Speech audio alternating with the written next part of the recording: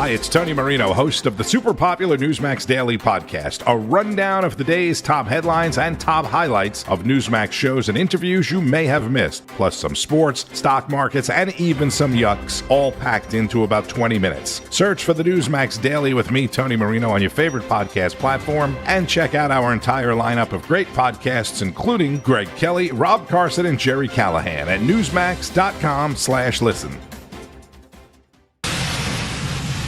Now.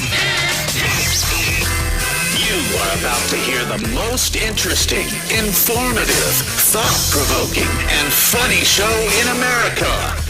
On air and on the World Wide Web. This is the Rob Carson Show. This is the Rob Carson Show. We are back. We are on affiliate stations around the country, and we are all back, also back on the stream. Our stream is long and hard. It's not like Joe Biden in the middle of the night in the bathroom. It is. Anyway, welcome to the show. Please come inside. We've got much to get to. Just a real quick note, if there's a bullet hole in your windshield, generally it means that the person shooting the bullet is in front of your vehicle. So there you go. Yeah, that's what's going on. If you get a bullet hole through the window, the front windshield of the vehicle, it means that whatever you're driving toward, if it had a gun, it's shooting you. And in this case, it was a police officer in Minneapolis. And by the way, here's one of the amazing things that happened this morning, just a little while ago. I got an email from a new employee to our company. His name is Ralph Rinzi. And he's an amazing guy. He's in charge of Newsmax audio and podcasting and everything. He's a hell of a guy. He used to be the general manager at WTOP here in Washington, D.C. He's in charge of this now. And he was here when I was here. We competed with one another, and now he's working for Newsmax. How kick butt is that? It's pretty darn kick butt. But anyway, he sent me this morning because the hippies in Minneapolis think they're going to burn down the city again. They all got out yesterday, and they were all talking about this, the victim of the shooting and all of that, and how it was murder of this Renee Good and everything. But it turns out that she really was there just to kind of C-block the ICE, and she's a part of a caravan of a bunch of these idiots who are about, disrupting law enforcement and all of that. And she learned the hard way that big boys in big law enforcement carry big guns, and they like to return home to their family safely. And if you impede that whatsoever, then something bad's going to happen to you. And I'm sorry, but if you're going to play with the big dogs and you think you're going to stand in front of the law enforcement, you think you're going to give them a little FU, you think you're going to shove a law enforcement officer, you think you're going to grab their weapon, you think you're going to try and run them over, guess what? Not going to happen. And it really sucks because she was taught to believe that she was, clearly able to get away with this. She was able to go out there in her little Honda Pilot or what it was with a bunch of other hippies and parade around the streets and cock C-block law enforcement officials. And then, of course, when she freaked out, she ended up having him in the way of her vehicle, which put him in harm's way, and he had to end it. And unlike Stephen A. Smith saying, "Oh, why don't you shoot the tires out? You shoot the tires out." That's what Stephen A. Smith said. That's like Joe Biden. "I want you to shoot him in the leg." Really? No.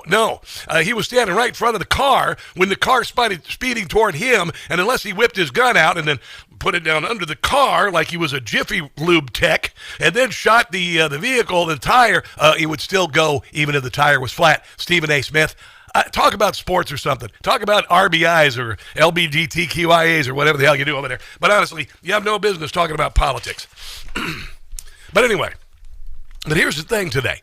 I think the Minneapolis PD is kind of tired of this bullcrap too, because there are a lot of good, I'll just go ahead and say, yes, women, of course, but men trying to do their job. And the lion's share of this is done by men. And they're really getting tired of these liberal Karens and the hippies and the Marxists who are being bought and paid for by Neville Singham and George Soros and other idiots.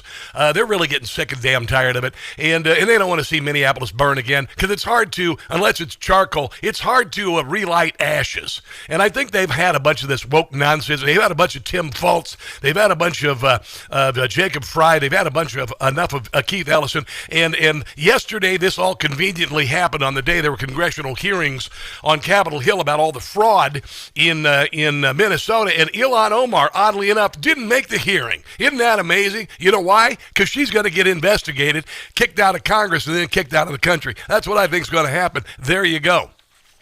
But here's what the police said yesterday in Minneapolis. In Minneapolis, of all places, where they're supposed to be thinking that, oh, yeah, they're down with these hippies and they want the city to burn again. No, they're sick and damn tired of it. Statement by the Minnesota Police and Peace Officers Association on today's ICE activity. The Minnesota Police and Peace Officers Association stands firmly behind law enforcement officers, accountability under law, and the safety of every Minnesota community.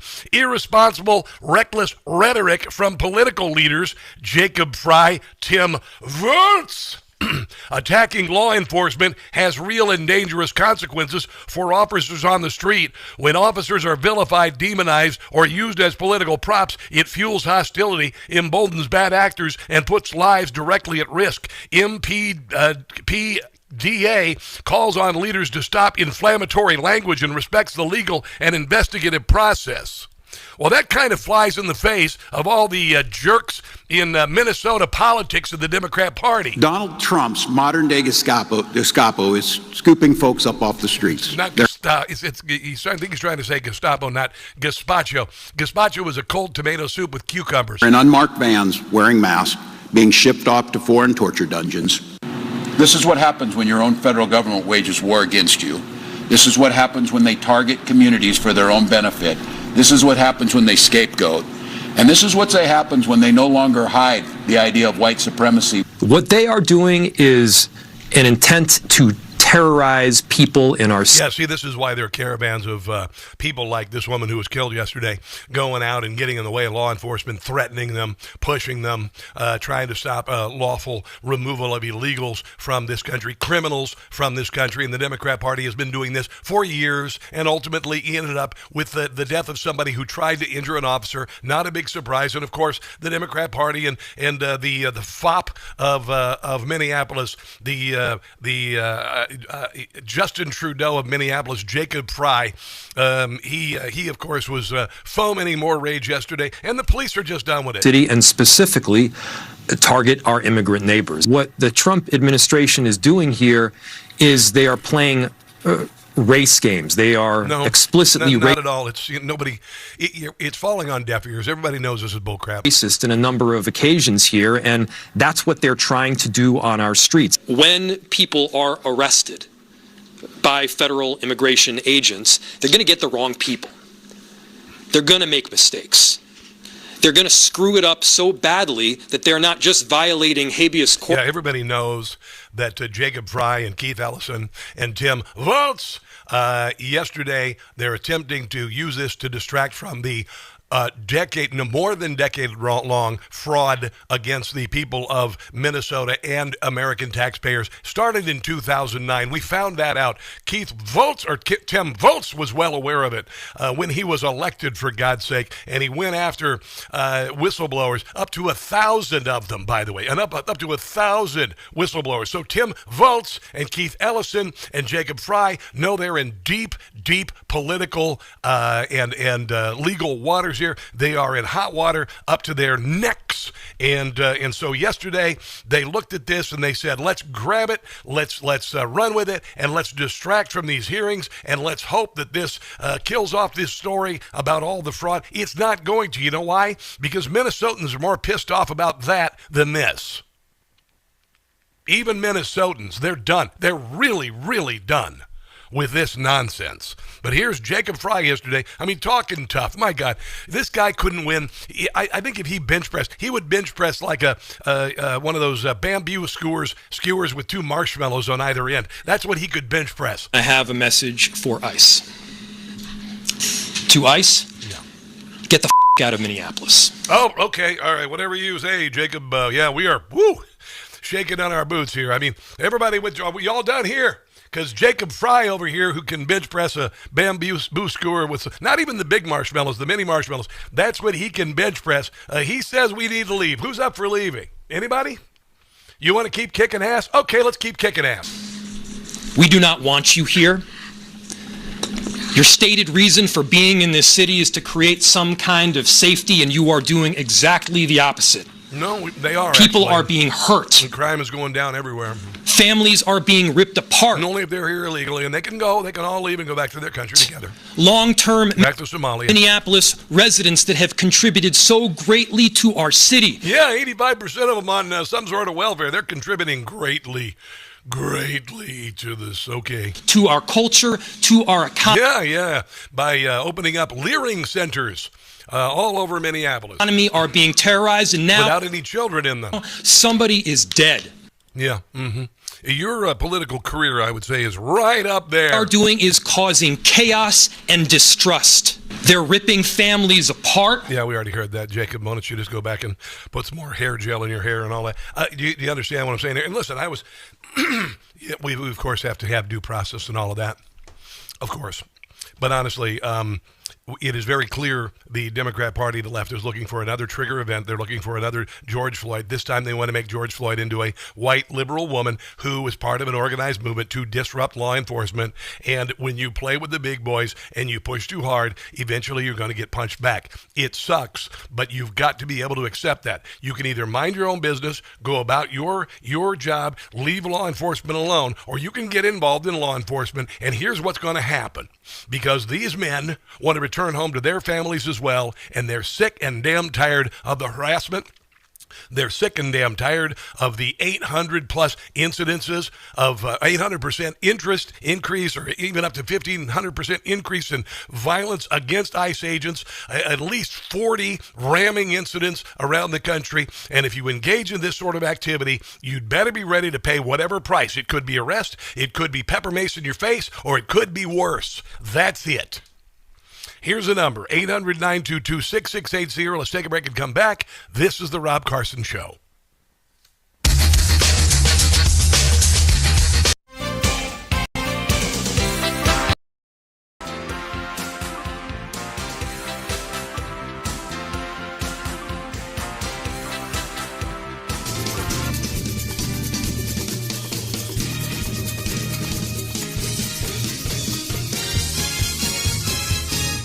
Venezuelans, they are thanking me now that Maduro is in limbo. They are grateful that he'll be put on trial. The wheels of justice must not turn slow. He's the kind of person with a criminal persuasion and drug dealing, election stealing. He's a lot like Biden, another guy who really didn't win. Must be convicted. Convicted he must be, I mean Maduro. Think we all know he is guilty. That's so clear to see, evidence will show. To jail he should go. They are history. To Venezuela won't return, this is Maduro. The answer is no. You must know your drug dealing days are through, Mr. Maduro.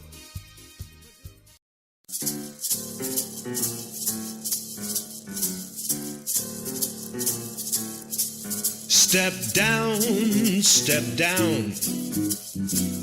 Tim Walz should step down for allowing so much fraud. If Tim Walz would resign, Minnesota would applaud. More than $1 billion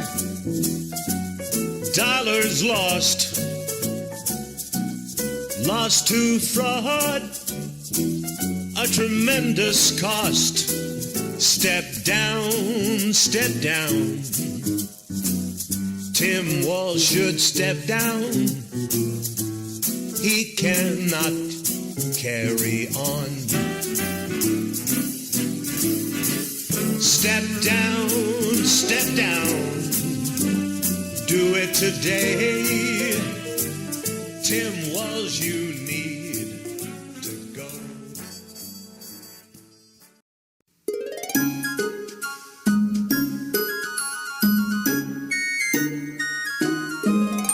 Somalis are all on welfare, and the Dems just seem to not care. Ilhan Omar, she needs to go. GTFO, GTFO, GTFO. Many are anti-Semitic. Their statements have been pathetic. They're a threat to all you know. GTFO, GTFO, GTFO. They are always expressing hate of America. Why are they here? Must abort before it's too late. Talk about holiday cheer. Our language, they will not learn it. Own money, refuse to earn it. They are gaming the system so. GTFO, GTFO, GTFO.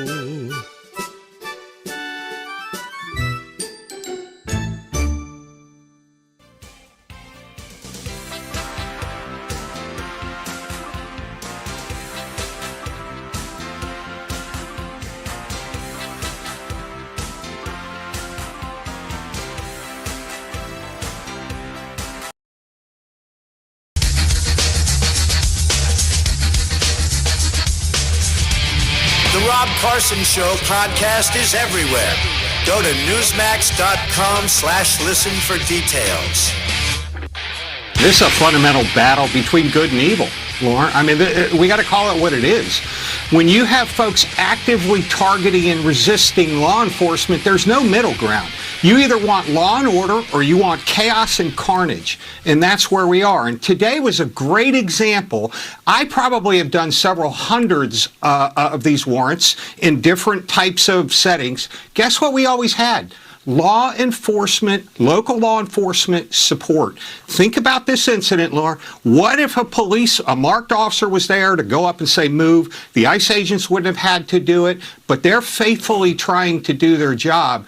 And to Congressman Jordan's point, these guys get up every day. They don't say, hey, I think I'll make some laws. They're doing what the American people voted through their representatives to make into law. They're doing that faithfully. And quite frankly, I can't believe what they're facing every day, because remember, it's not just about them doing their job. They have families that are being targeted.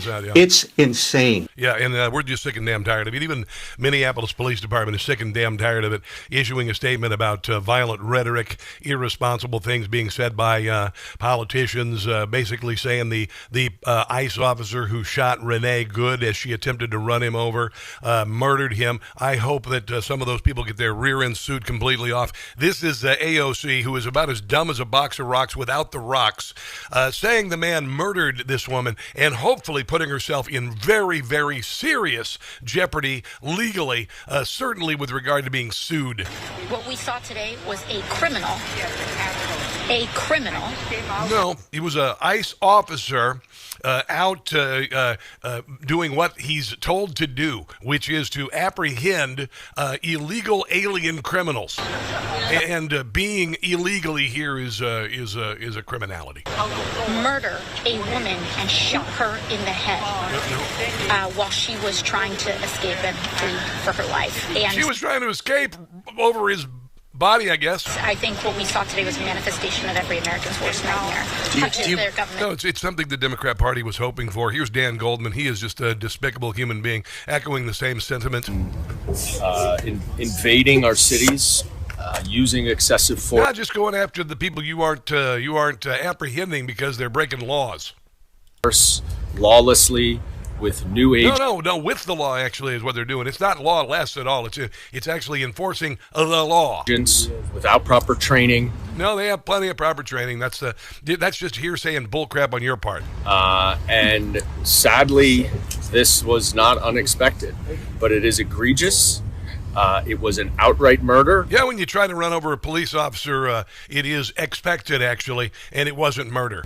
And the fact that the administration is trying to defend the ICE officer when everyone can see with their own eyes that car was trying to get away because it still turned. Using the officer as a speed bump. Away from the officer after she was shot in the head. No, she was shot through the windshield because the police officer was in front of the car. That's how bullets end up going through the windshield. So there is that. Here's a witness, one of this woman's friends. And listen, I'm not trying to take away from the sadness of somebody dying, but at the same time, if you do something like this, you're playing with the big dogs. You're playing with people who are armed, people who are there to perform a legal activity, to go after criminal aliens. And if you think you can get in the way of law enforcement is not going to let you run them over, literally or figuratively. No, I think she was the target. She was a friend of hers. I don't know if she was a target. They clearly wanted her out of there because she was the main car leading the protest. Whoa! She was the lead car leading the protest. No, I think she was the target. I don't know if she was a target. They clearly wanted her out of there because she was the main car leading the protest. So it was a convoy of lefty protesters wanting to interfere with law enforcement. Understanding, I talked to another guy who was driving behind her, but she was very successful in blocking traffic. She was doing what she was set out to do. She was doing what she was set out to do. There you go. And so they wanted to get her the hell out of there. Yeah. So it looked like she was impeding ICE vehicles. Definitely, yeah. Okay. That was her goal. There's open and shut case. Wow. NBC last night admitted that she ran over or attempted to run over the officer. We want to now take a closer look at the videos we just saw of the shooting incident. And joining us now to highlight some key points investigators will be looking at is NBC's Tom Winter. He covers law enforcement for us. So, Tom, we're going to start the video here, and we're going to stop it pretty quickly because there's stuff we were learning from the get-go. Again, the police chief saying this vehicle was blocking the federal agents right there. Yeah. That's right, Tom. And a big caveat, we don't know what happened before this, but they're definitely going to look at the fact this is an unmarked vehicle, but the lights are on. These are... The officers approached her, asked her to open the door, asked her to get out of the vehicle. She disregarded that. Clearly members of law enforcement, so that's at least known to this driver. Let's play the video because something else happens right here. Those officers approach the vehicle. They try to open the door. Let's stop it here. How will this help the investigators? Whatever is said here, what these officers say, if the driver said anything or not, could really help them understand whether or not they thought there was some sort of an imminent threat. Was this person trying to listen to them? Were they scared? Or is this going to be a problem? And then, of course, what the driver does next. Let's play that video. Trying to leave there. One of the officers felt like they were forced to fire, and they do. We want to show another angle, a reverse angle of the same incident here. We're going to freeze it. This is that same angle here. And what does this show us, Tom? Well, this appears to show an officer right in front of the vehicle. That in between the way that the vehicle was moving and the timeline of that, how was the officer responding in that split second going to be critical for investigators. Yeah, that's why he shot her through the windshield of the car. Please try to burn down Minneapolis this weekend. You're not going to go very far, hippies. And they've got all sorts of Antifa idiots coming in from all over the country because they put down their Free Maduro signs. And then before that, it was the No Kings sign. And then before that, it was Elon Musk as a Nazi sign. You idiots. It's not going to work. It's not going to work at all. Here is Kristi Noem, our DHS secretary, talking about the incident. This appears as an attempt to kill or to cause bodily harm to agents, an act of domestic terrorism.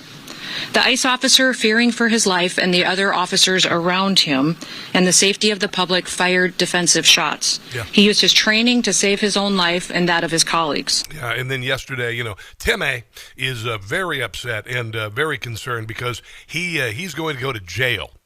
He had to stop running for governor. He's under federal, I will just say, investigation. That's what I'm hearing. And here's what he said yesterday. Well, I said this yesterday. We've never been at war with our federal government. Yeah. I think in this case that the National Guard is their main mission. They have a dual mission.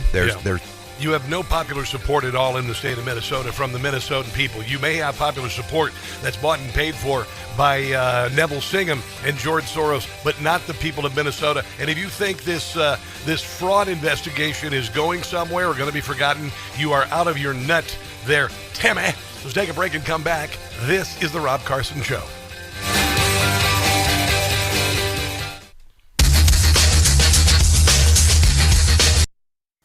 My nightly ritual now is a little ice, a little vanilla yogurt, banana, a little milk, and a scoop of chocolate brownie Beams Dream Powder in the blender. A little while later, I hit the sack and I sleep until sunrise. It's amazing. These days, everything moves so fast, and it certainly can mess with your sleep schedule. That's why I'm here to tell you about Beams Dream Powder. It's a healthy nighttime blend packed with science-backed ingredients shown to improve sleep so you can wake up refreshed and ready to take on the day. Dream is made with a powerful blend of all natural ingredients, including reishi, magnesium, L-theanine, apigenin, and melatonin. I've been using Beams Dream Powder for a year now, and I can honestly say I feel sharper, calmer, and more focused, and I'm not alone. Beam has improved over 28 million nights of sleep for people across the country. So if you've been waiting for the right time to try Dream, this is it. Go to shopbeam.com/Newsmax. Use code Newsmax and take advantage of my exclusive offer for 40% off. You can get their best-selling Dream Powder for just $39. So seriously, think about it. Go to shopbeam.com/Newsmax today.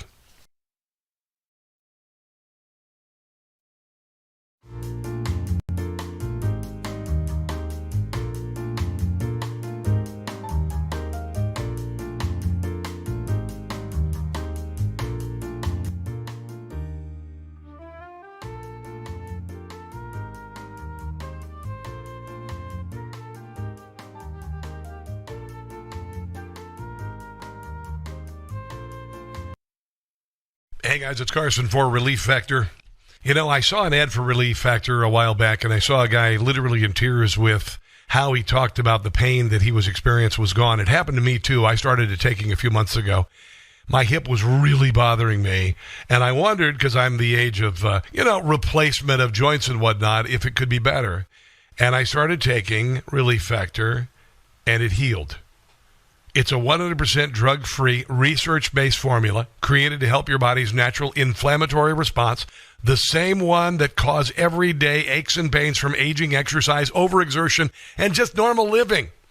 It helped me with my hip, my neck, my shoulders, all the places that remind you you're not 25 anymore. Relief Factor supports a healthy response to inflammation, helping you stay active and keep those joints and muscles feeling good. It's made with 4 key ingredients: omega-3 fatty acids, resveratrol, curcumin, and icariin, each one helping from a different angle. You can start with the 3-week quick start for just $19.95. That's less than a cup of coffee a day. So if you're tired of creaking like an old floorboard every time you move, give Relief Factor a try. Go to ReliefFactor.com. That's ReliefFactor.com and feel the difference. Relief Factor, because getting out of bed shouldn't count as a workout.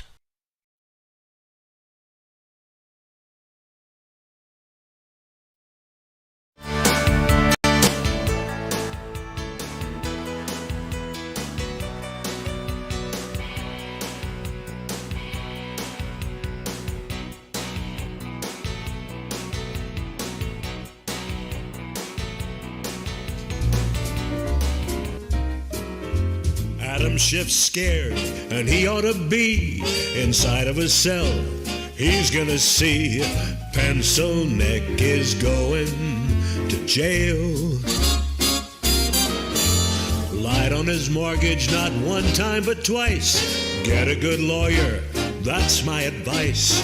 Pencil Neck is going to jail.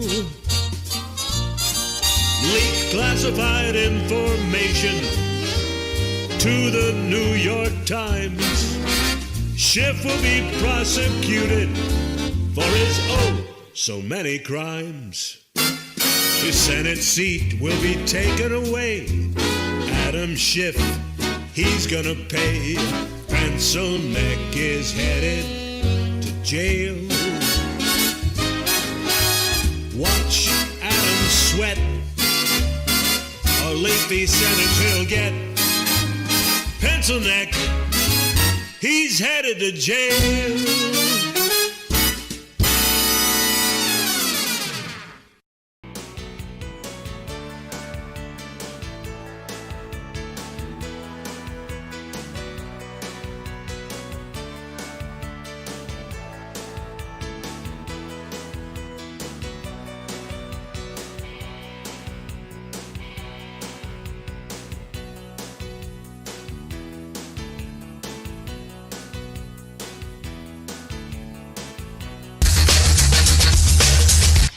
Rocco used to work for the sheriff's department.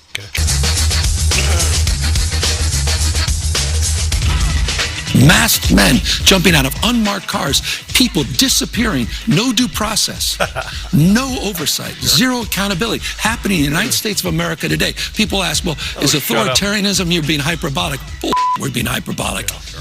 If you're a black and brown community, it's here. Yeah. When I see ICE, I see slave patrols. The dangers that we saw in Nazi Germany are the dangers that we need to react to now. Yeah. And these ICE agents running around our communities like masked bank robbers, terrorizing women. Folks getting snatched off the street by secret police who are wearing masks. ICE agents who have functionally become a secret federal police force. ICE federal agents pulling up, terrorizing our communities, hopping out of unmarked vans, stealing and, yes, kidnapping people. Yeah, this is now it's just become kind of, you don't even hear it anymore. This nonsense has been going on for a decade now, calling Trump supporters MAGA fascist enemy of democracy, calling Donald Trump and us white supremacists, calling ICE fascists and Gestapo and all that. And it's resulted in a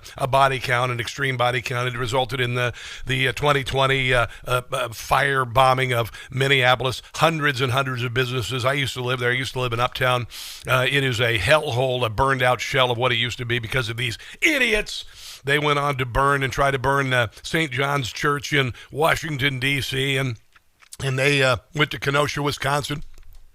Did the same bull crap there. They every week now. Every week they change their signs. Monday it was Free Maduro. Donald Trump is a whatever. Last week it was Donald Trump is a war criminal. He's killing these poor fishermen off the coast of Venezuela.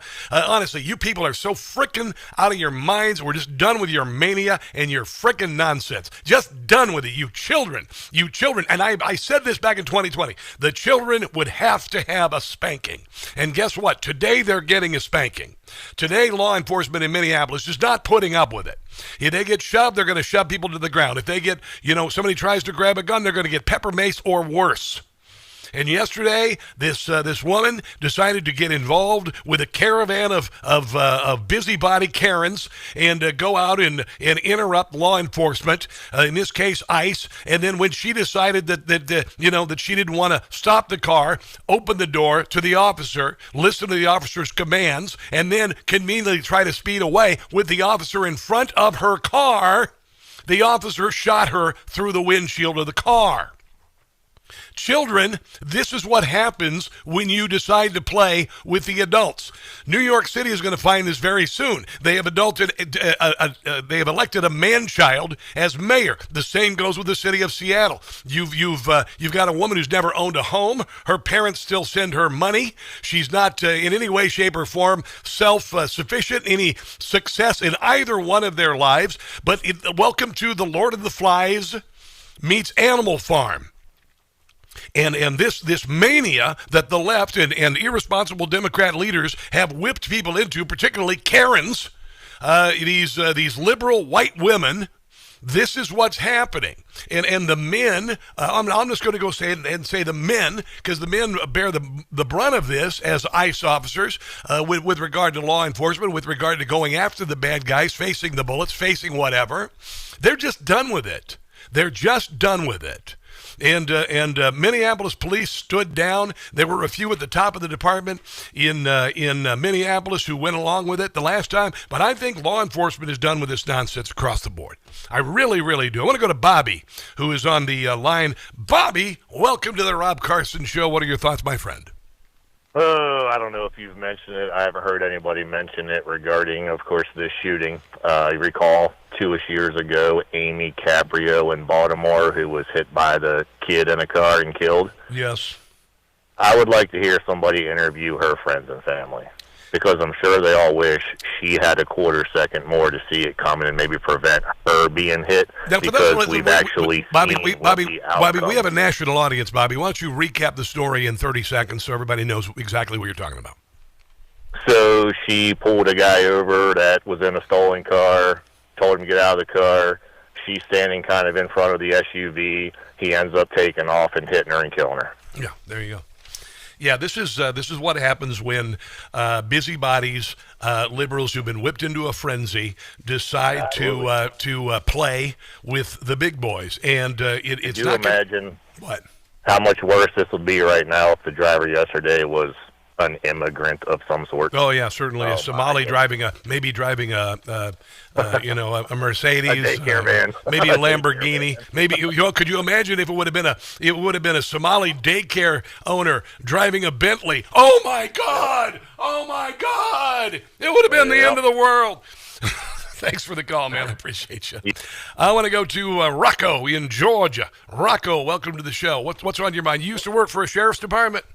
I did. And so what you saw in the video yesterday, you saw multiple officers with body cams on. Yeah. And within a few days or a week or so, you're going to see the footage from those body cams and the multiple interactions they have with this one particular person, that you'll get a full picture of what really happened. Yeah, of course, Bobby. Now, Bobby, did you see the officers approach her as she was blocking the ICE vehicles? They approached her.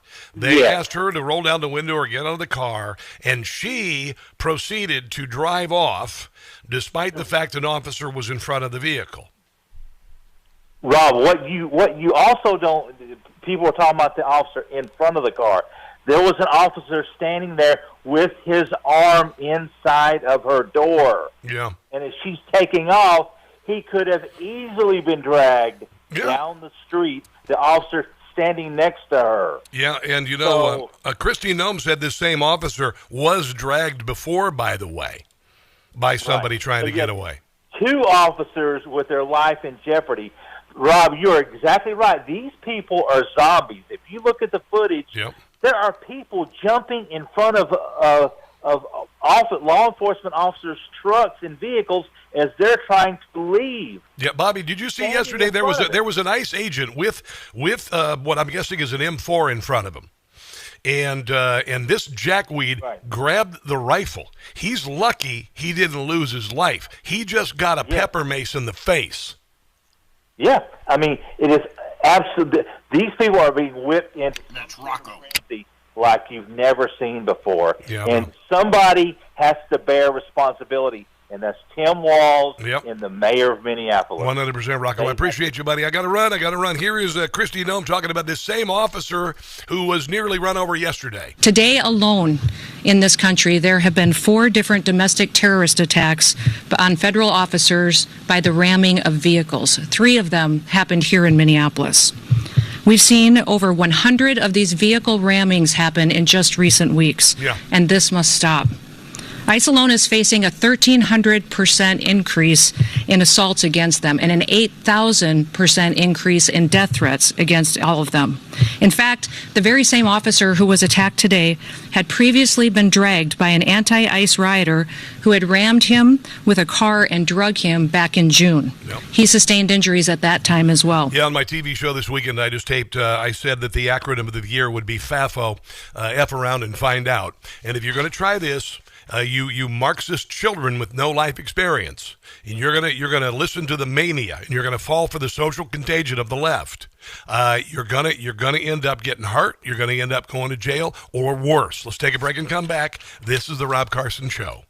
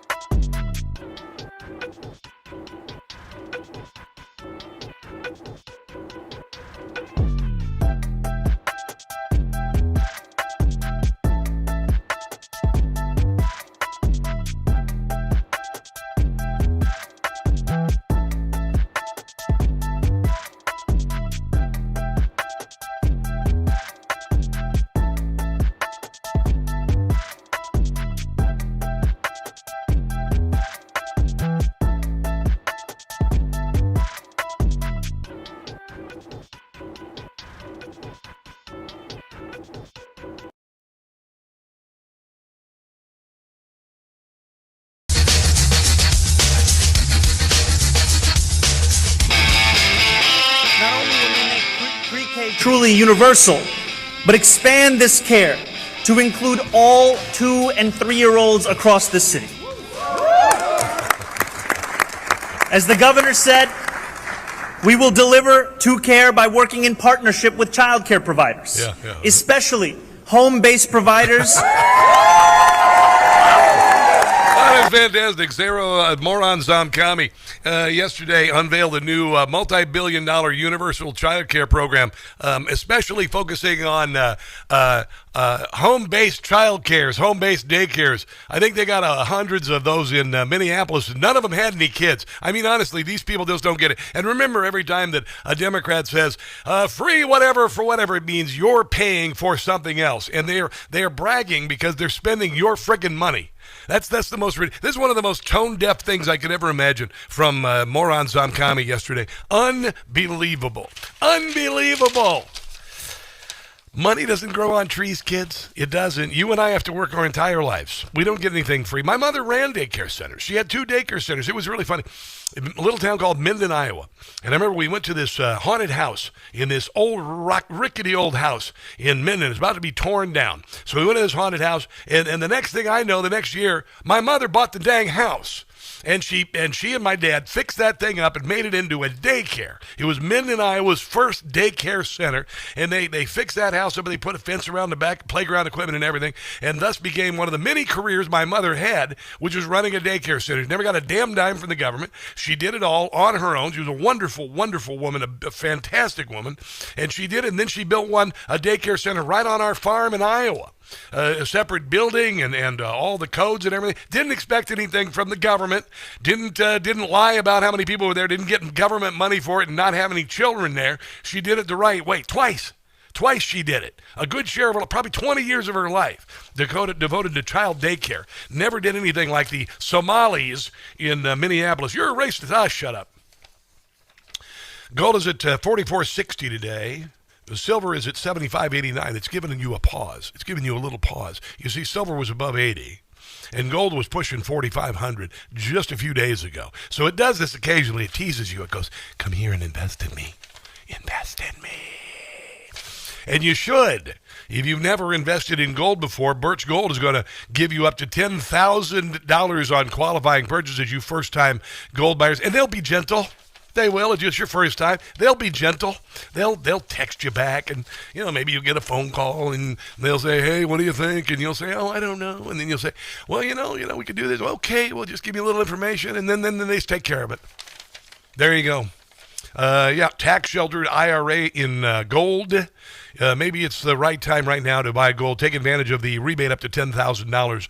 But you got to buy by the 30th of this month. So it's paused a little bit.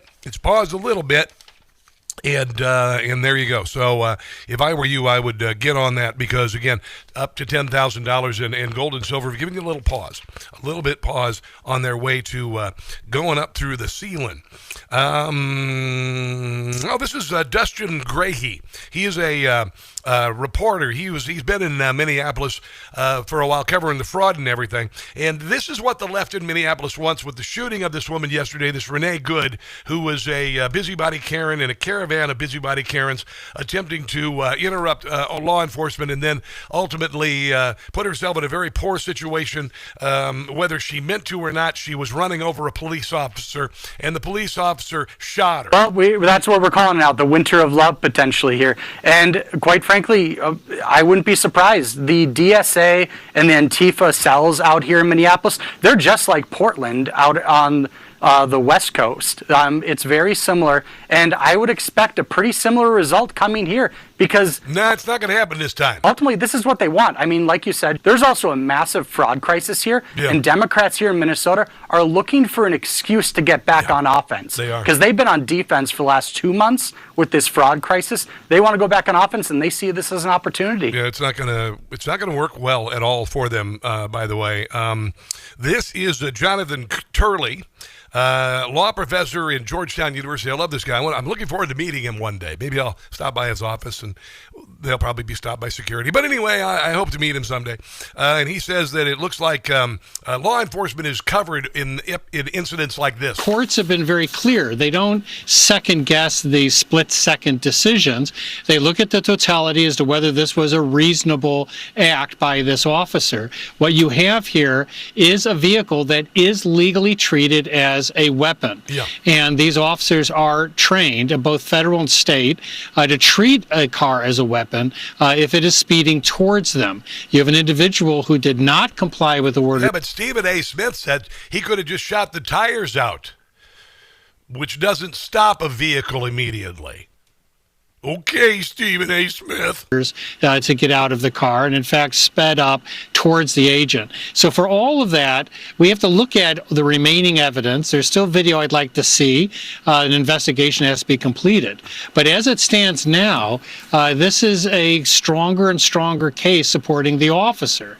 What really concerns me is the hair trigger that we saw politically, that you really saw, I thought, reprehensible conduct by the mayor and the governor. Yeah. You know, these officers put their lives on the line.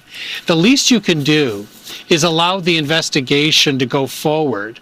Instead, we saw even the mayor of New York declaring this officer to be a murderer. Yeah, they're trying to distract from the big scandal in Minnesota, which is not going anywhere. This is Chad Ayers.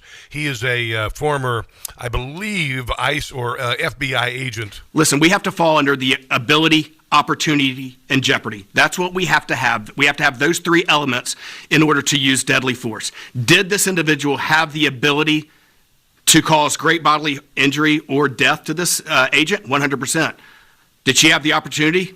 Will we see it right here in the video? And was his life in jeopardy? It was. So obviously, you know, Secretary Noem has already talked about the investigation, the criminal investigation that will be done by the Bureau. And then obviously an internal investigation that will likely be done by ICE to see that policy was complied with. But the fact of the matter is, none of this would have happened today if she just would have gotten out of the car and complied. You see her turn her wheels at the last moment. There's no other choice that he has other than to defend himself and to make sure he goes home to see his family. Yeah, and if you're going to play with the big dogs, you know, you're going to get bit. That's just it. Sorry. You want to mess around with law enforcement? You want to get in the way? You'd better be ready to pay the price. That's just it. We're adults here, okay? We're adults, and we're tired of this nonsense. Let's take a break and come back. This is the Rob Carson Show.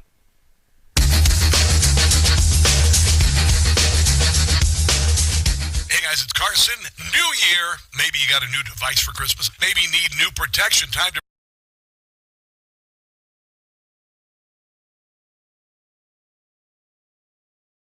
protection. Thanks, Brian. Hey, guys, what's up?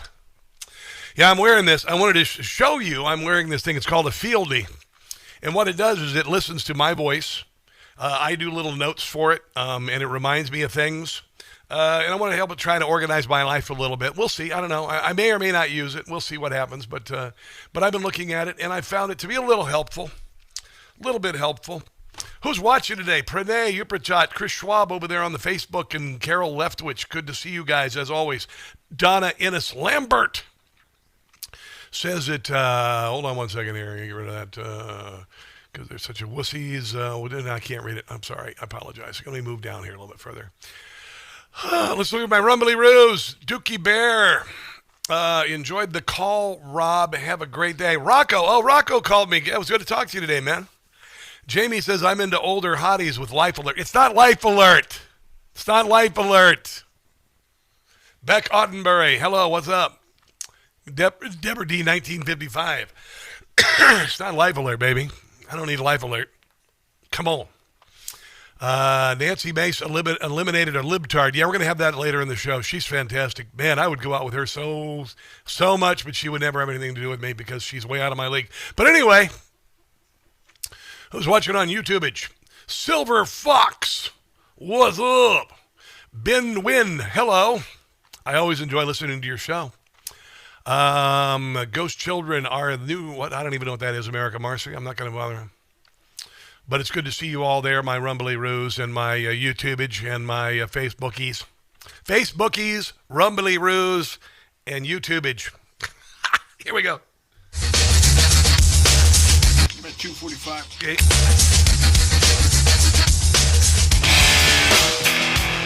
That is the Rob Carson Show. We got much to get to. Hearings on Capitol Hill yesterday about Minnesota fraud. And Ilhan Omar didn't make the session yesterday. I know, I'm as surprised as you. This is Christy Nome talking about the Minneapolis authorities and ICE. We've never had a cooperative arrangement with law enforcement here. Whenever we've done investigations, whenever we've done police work, when we've been doing what we can to bring people to justice for the crimes that they commit, we haven't had the cooperation of the state of Minnesota or the city police here under the mayor's direction. Yeah, and a little bit more of that yesterday. Tim Volz yesterday tried to emote, which is what Democrats try to do. Tim Volz was very happy for the distraction from his massive corruption and the fact that he's going to go to jail eventually. And here he is emoting. This is what Democrats do. I feel your pain. I feel your anger. Back. Let me be clear. Donald Trump and his administration may not care much about Minnesota. That's been pretty evident. Oh, please. But we love this state. We won't let them tear us We love the taxpayers because they give lots of money to Somali daycare centers and other fraud. apart. We'll not turn against each other. Oh, please. To Minnesotans, I say this. I feel your anger. Yeah. No, you don't, because the Minnesotans are not angry about this. Minnesotans are furious about the billions of dollars of their tax dollars that have been stolen and used for overseas property in Kenya and Turkey and mansions and fancy cars. Minnesotans are furious, and Keith Ellison has turned a blind eye for years. We have credible whistleblower reports where he ghosted people. Minnesotans now see the scale of this fraud, and they are horrified, and they want change. We're not as blue as people think. The legislature in the House is tied, and the Senate's only Democrat by one vote. Minnesotans want change. They want leaders who are going to stop the fraud and get back to public safety and good schools and ability to prosper. Yep. They haven't forgotten the fraud. That's the big story. By the way, this thing I'm wearing around my neck is a Fieldy unit, not a Life Alert. I'm not old enough and infirmed enough to wear a Life Alert. It's called a Fieldy, and I'm wearing it today, and I've been wearing it this year because it helps to organize using my voice every day, and it listens to me. I still haven't decided if I'm going to keep it or not, but I found it to be a little useful, making notes to myself. So if you're curious about what I'm wearing around my neck, it's called a Fieldy. Personal organizer, not a Life Alert. I'm quite healthy. I can still bench press my own weight, which, if you look at my weight, is quite impressive. I'll just tell you that. Let's take a break and come back. Congressional hearings on Minnesota and Democrat fraud coming up next. Don't go anywhere.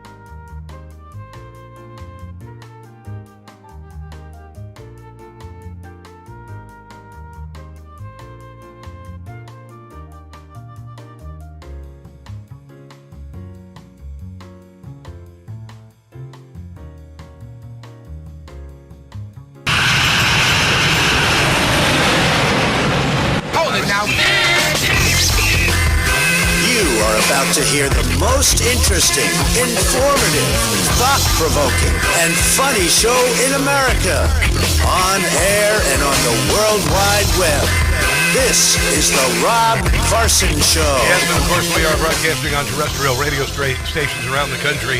Hopefully adding to that list in 2026. We haven't done that in a while, you see. But we got a new boss, so hopefully that's going to start kicking some butt.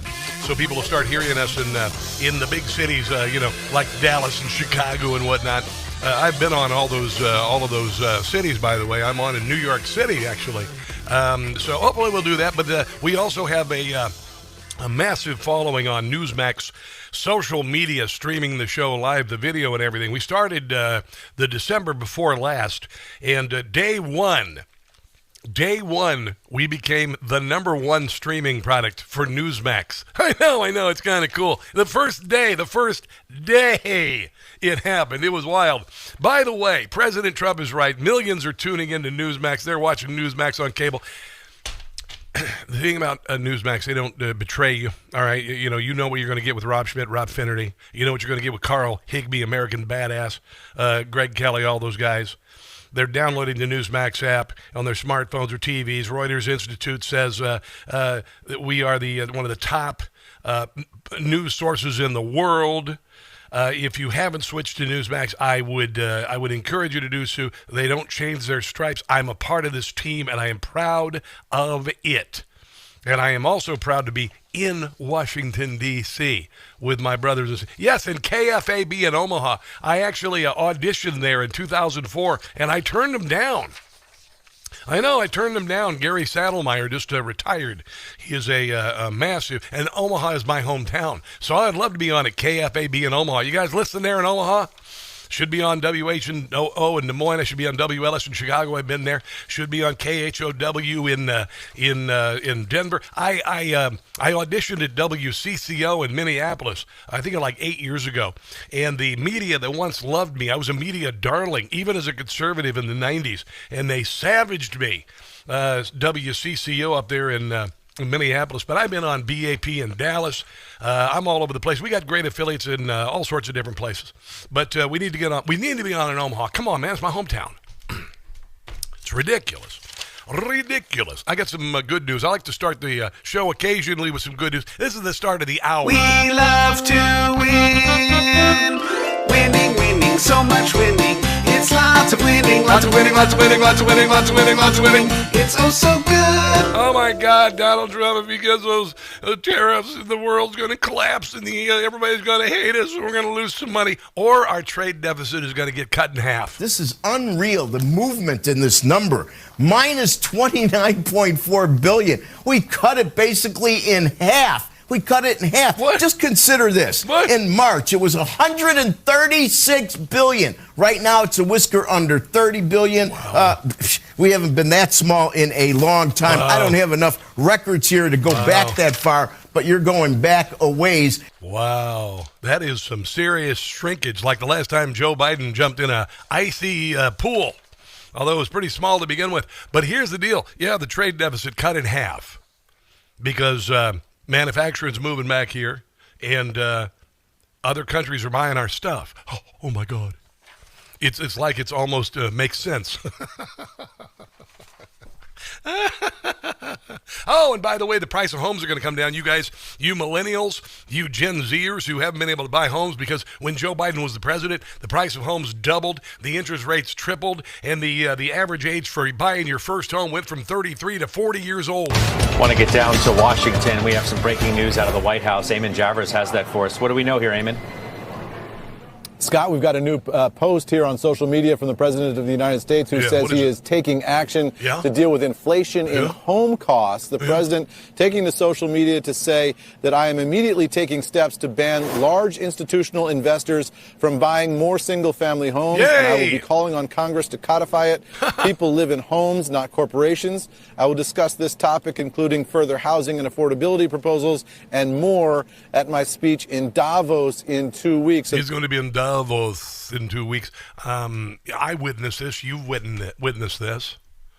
You can't compete when you have a large corporate interest buying homes in your neighborhood. You're going to lose the bidding every damn time. In my neighborhood in Kansas, oh my God, I lived in Kansas. But anyway, in my my hood in Kansas, most of the single-family homes that went up for sale were purchased and then rented. And then they were rented. It happened, I mean, all over the place. And rent went from, you could, in Kansas City, Kansas, or in, Olathe, Kansas, you could, 10 years ago, rent a large, 1,800 square foot home for $1,500, $1,800. When I left, it's $2,800 to $3,200. So that was what was happening, and that's the good news. There you go. There he goes. And all it takes is a little bit of common sense, for God's sake. Isn't that just crazy how that happens? Here is some of the testimony on Minnesota fraud yesterday with Jim Jordan. Excuse me, I'll give you the last word. Thank you. So I've been there since 2013, and I have been yelled at by Democrats over and over again throughout. This is footage from Newsmax 2, which broadcast the hearings live. Our time there to say that there is no fraud. This is just made up. Yeah, this is the template. Yes. You see this all the time. Yes. The left will tell a lie. We're feeding kids when they're not, when they're just shaking down the taxpayer. The border is closed, and The left will tell the lie. The media will report the lie or not. Vaccine is safe and effective. Report when the truth comes out. And then when you tell the truth, they call you racist. Yeah. It's as old as time. We see it all the time. Yeah, and we're getting sick and damn tired of it. And everybody in Minnesota has been.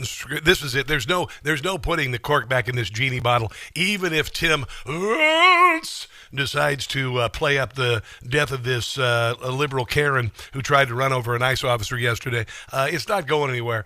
You're in a lot of trouble, bro. You're in a lot of trouble. Here's Tom Emmer, from Congressman from Minnesota, talking about it. You have an understanding that 1,000 whistleblowers running an account on X have come forward to expose fraud in Minnesota state agencies, and they have been entirely ignored by Tim Walz and have even been retaliated against. Yeah. Is that accurate? That is correct. Even this morning, I got another message. Well, in your experience, are their claims credible, or are they politically motivated against Walz? They're completely credible, not politically motivated. In fact, many of these are Walz administration employees, correct?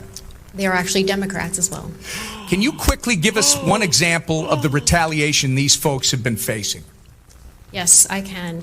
In my opening statement, I mentioned that the most severe ones was that they would be fired with cause, so they couldn't have unemployment insurance, that they would be blacklisted from all state agencies, and I bet that it's also Hennepin County and Ramsey County. That happened on the federal level, too, with people saying, maybe, January the 6th was a setup. As you know, those are Democrat run. Maybe the 2020 election was rigged and stolen. And much, much more. Based on what you've learned, Representative, over the last several years, do you have any doubt that Governor Tim Walz knew about this fraud as it was occurring? He absolutely knew that it was occurring. That is not good news for Timmy. Jim Gossett on the Rob Carson Show. Tim Walz will not run. Latest scandal means Tim Walz is done. 'Cause he only has lies for you, dear. All the fraud Tim ignored. Now his ox has been gored. He loves communist 'cause he only has lies. Like his military record. For you. And his rank. We know that Tim belongs in prison. I'd ask for the top bunk there, Timmy, if you know what I mean. He needs to get what he is due. You don't want to be on the bottom bunk. That's you know that Tim won't run again. Doobie. He needs to go to the pen. That isn't just my view. 'Cause he only has lies. For you. There you go. Jim Gossett. Oh, he does the standards so well. Go to patreon.com. I love that, man. I need a live band in here. Jim Gossett, patreon.com, Jim Gossett Comedy, patreon.com, Jim Gossett Comedy. This guy, Brandon Gill, is so amazing. He kind of looks like he could play Superman, and he really does. He looks like Christopher Reeves back in the day, and he just owned it yesterday on these proceedings on Capitol Hill, exposing the fraud of Minnesota Democrats, and you won't believe when they started knowing about it. When would you say we concretely knew that widespread welfare fraud was occurring in Minnesota? There have been reports since 2009 from the Office of Legislative Auditor. What the what? That's like 17 years ago. I would say the credible reports on child care fraud started surfacing 2011 to 2013. Wow. So for over a decade? Yes, sir. When do you think Governor Walz knew about this fraud? From the very beginning. He was running for governor in 2018 when there were prosecutions going on, when there was an OLA report, active cases in the news all the time. And what was the Walz administration's response? They actually did nothing when they got into office, and Lieutenant Governor Peggy Flanagan had been on the committee in the legislature that had hearings on child care fraud, and when they got into office, they did put $5 million into a little more money, but nothing changed. Oh, and it gets much worse. There's no doubt that Tim Woods, Keith Ellison, everybody knew about it, and they punished people for telling the truth, and the money went to Somali terrorists. I mean, it's like unbelievable. You know, $733 million in suitcases through Minneapolis St. Paul International. It's not going anywhere. It's not going anywhere. Nice try yesterday, Timmy, but it's not going anywhere. More on this coming up on the other side of the break. This is the Rob Carson Show.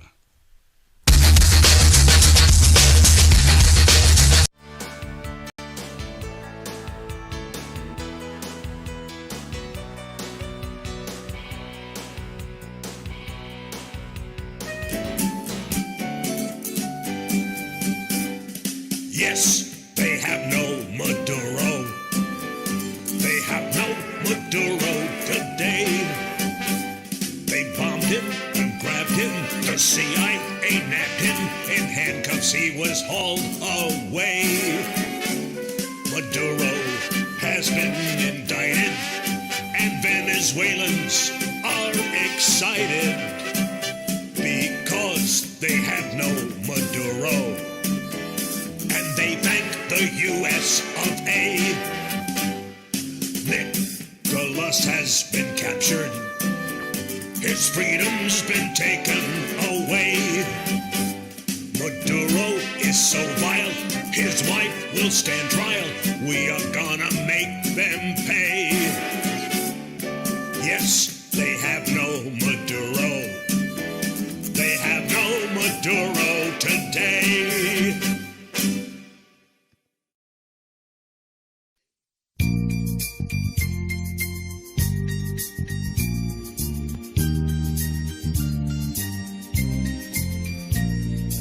Nutty Jasmine Crockett, crazy as a loon.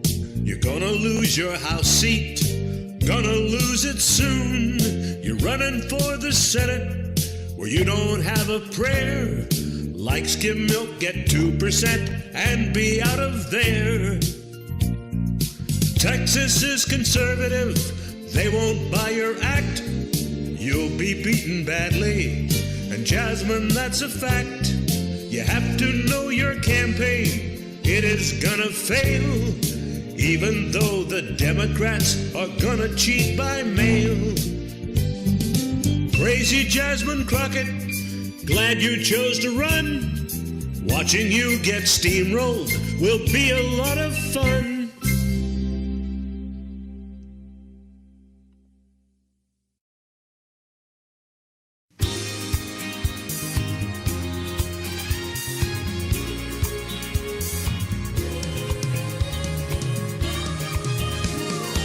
Drugs transported by boat. Venezuela, you best take note. Cartels, they're having fits, 'cause they're men. They were blown to bits. The drug boat, it now resides on the ocean floor. The drug boat, Marco says we're gonna take out more. Yes, their lives are in danger if they take another chance. 'Cause drugs, we won't tolerate. Shut it down before it's too late. No drugs. A boat that was filled with drugs.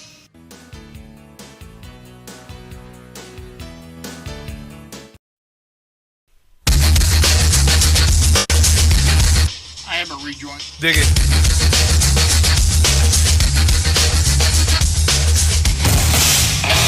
Relentlessly slowing the spread of the stupid every day. It's the Rob Carson Show. It is the Rob Carson Show, coast to coast, border to border, and streaming on all Newsmax social media. I got some Rob Finnerty audio here in a second. It's pretty good.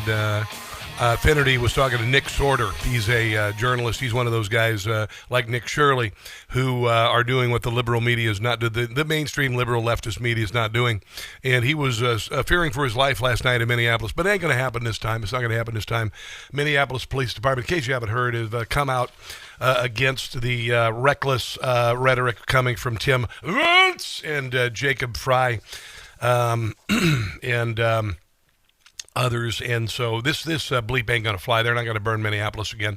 And the people of Minnesota are really ticked off about all of the bull crap, all of the fraud. Listen, I want you to listen to this. Put it in perspective how much the Minnesota fraud from Democrats. This is the $9 billion, by the way.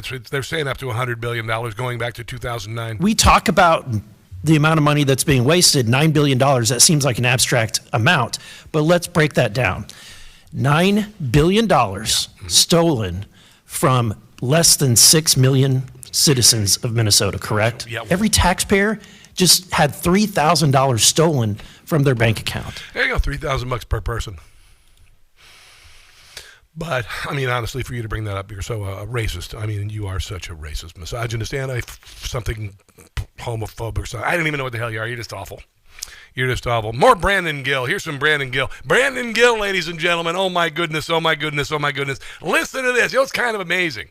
The people who had covered up all the crime from the Somalis and whatnot and all of the fraud up there, they're Democrats. Let me ask you, Mr. Hudson, thank you for being here. Did those who commit this fraud, do they typically vote for Republicans or Democrats, in your opinion? In my opinion, thank you for qualifying it like that, I would say they most definitely overwhelmingly vote for Democrats. What? Do they typically donate to Republicans or Democrats?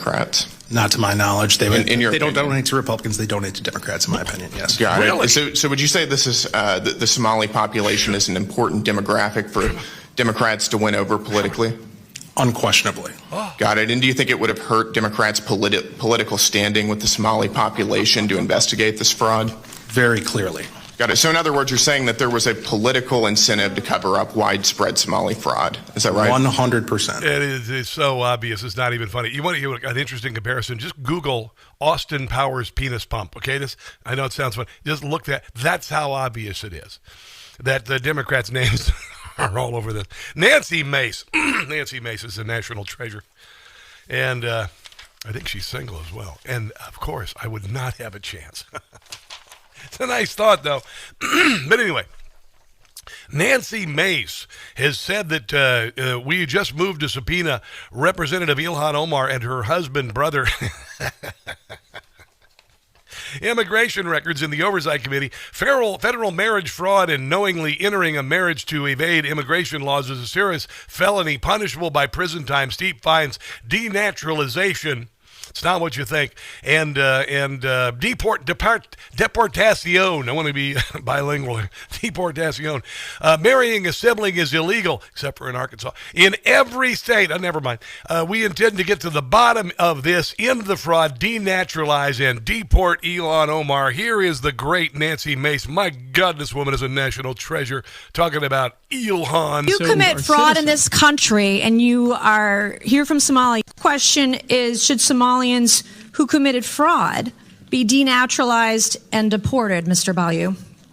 Again, Yes I'm not or sure no? that's an appropriate question because the majority of Somali So if you Minnesotans commit are fraud in citizens. this country and you are here from Somalia, you don't believe they should be denaturalized and deported. How Again, much most- fraud would it take for you to want to denaturalize and deport someone who committed fraud in this country? How much? Again, A Ms. billion? Mace, 9 billion? 19 billion? What would it take for you? most Somali Minnesotans are citizens. Right. And the ones that committed fraud, the question was, if you understand English, should be those who committed fraud, should they be denaturalized and deported? The Somalians who are here, the ones that can't speak English. Yeah, so under U.S. law... Okay, the my basis- next question for you Can I please finish the is, question? no, you can't because you're not answering the question. My next question is, this is yes or no. If you marry your brother Yes. and you commit immigration fraud, should you be denaturalized and deported? If you Again, commit immigration fraud, yes or no? Again, that question seems really inappropriate. and if I can get Well, you back to your can't answer my question, so that's probably more inappropriate. Can you name one significant contribution to Minnesota from a Somali immigrant who can't speak English? Brendan Ballou, former federal prosecutor, being put through the meat grinder by the glorious Nancy Mace. Oh, my God, she's spectacular. Spectacular. Justine Murray is going to join us next, by the way. She's awesome. She's a rising star in the conservative movement. Gen Z influencer. I just love her stuff, and she's got a great commentary about Minnesota and the Karen who tried to run over the police officer yesterday, the ICE officer in Minnesota. Gold is at $44.60 today. It backed off $4,500. Oh, no, it's going down. No, it's giving you an opportunity is what it's doing. It's tempting you to saying, you want to get on board. Here you go. I'm going to give you a little leg up here. Price of silver is at $75.89. Now, it was $80 last week. What it's doing is giving you a little pause because this happened 2 weeks ago, a month ago. It gave it a little pause, and then it took right off again. It's your time to buy, guys, and Birch Gold wants you on board. And right now, if you've never bought gold before, if you don't have it in your portfolio, Birch Gold is going to give you a rebate up to $10,000 on qualifying purchases. So roll that existing IRA or 401k into gold, maybe some of that savings. It's good to have. It's had a record run. We've never seen anything like this in world history. You ever notice that when they do those undersea expeditions for to find treasure, they never look at Bitcoin. They never see any Bitcoin. It's always gold, ladies and gentlemen. It's always gold. Gold and silver doubloons. They've got value. They continue to still do so. So if you want to get on board, just text my name, Rob, to 989898. Rob to 989898. Do it by the 30th of this month. These months are flying by so fast, man. It's already the 8th. It's Elvis's birthday, for goodness sake. The 30th, it's 22 days until the end of the month, or is it January 30 or 30? They have 31 days. I don't know what the hell it is. But get it done by the 30th of January. Text Rob to 989898 if you would. And happy Elvis birthday, by the way. Happy birthday to the king, by the way. He was born on this date in 1935. Thought you should know. Let's take a break and come back. The great Justine Murray on the other side of the break. Don't go anywhere.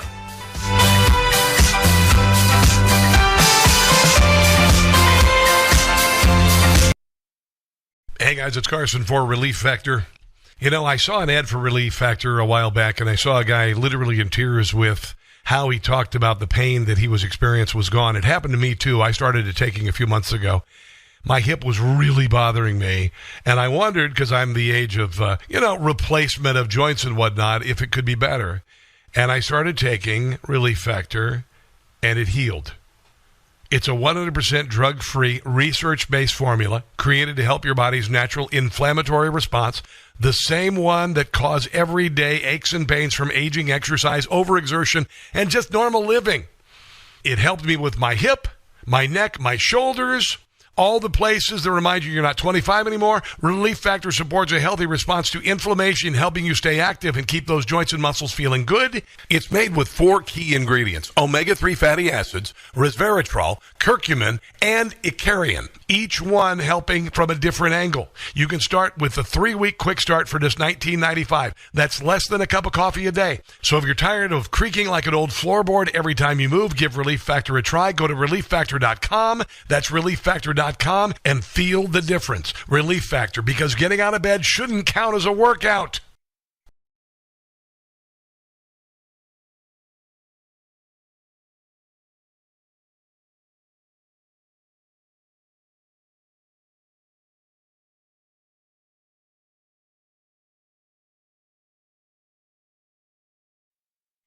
My nightly ritual now is a little ice, a little vanilla yogurt, banana, a little milk, and a scoop of chocolate brownie Beams Dream Powder in the blender. A little while later, I hit the sack and I sleep until sunrise. It's amazing. These days, everything moves so fast, and it certainly can mess with your sleep schedule.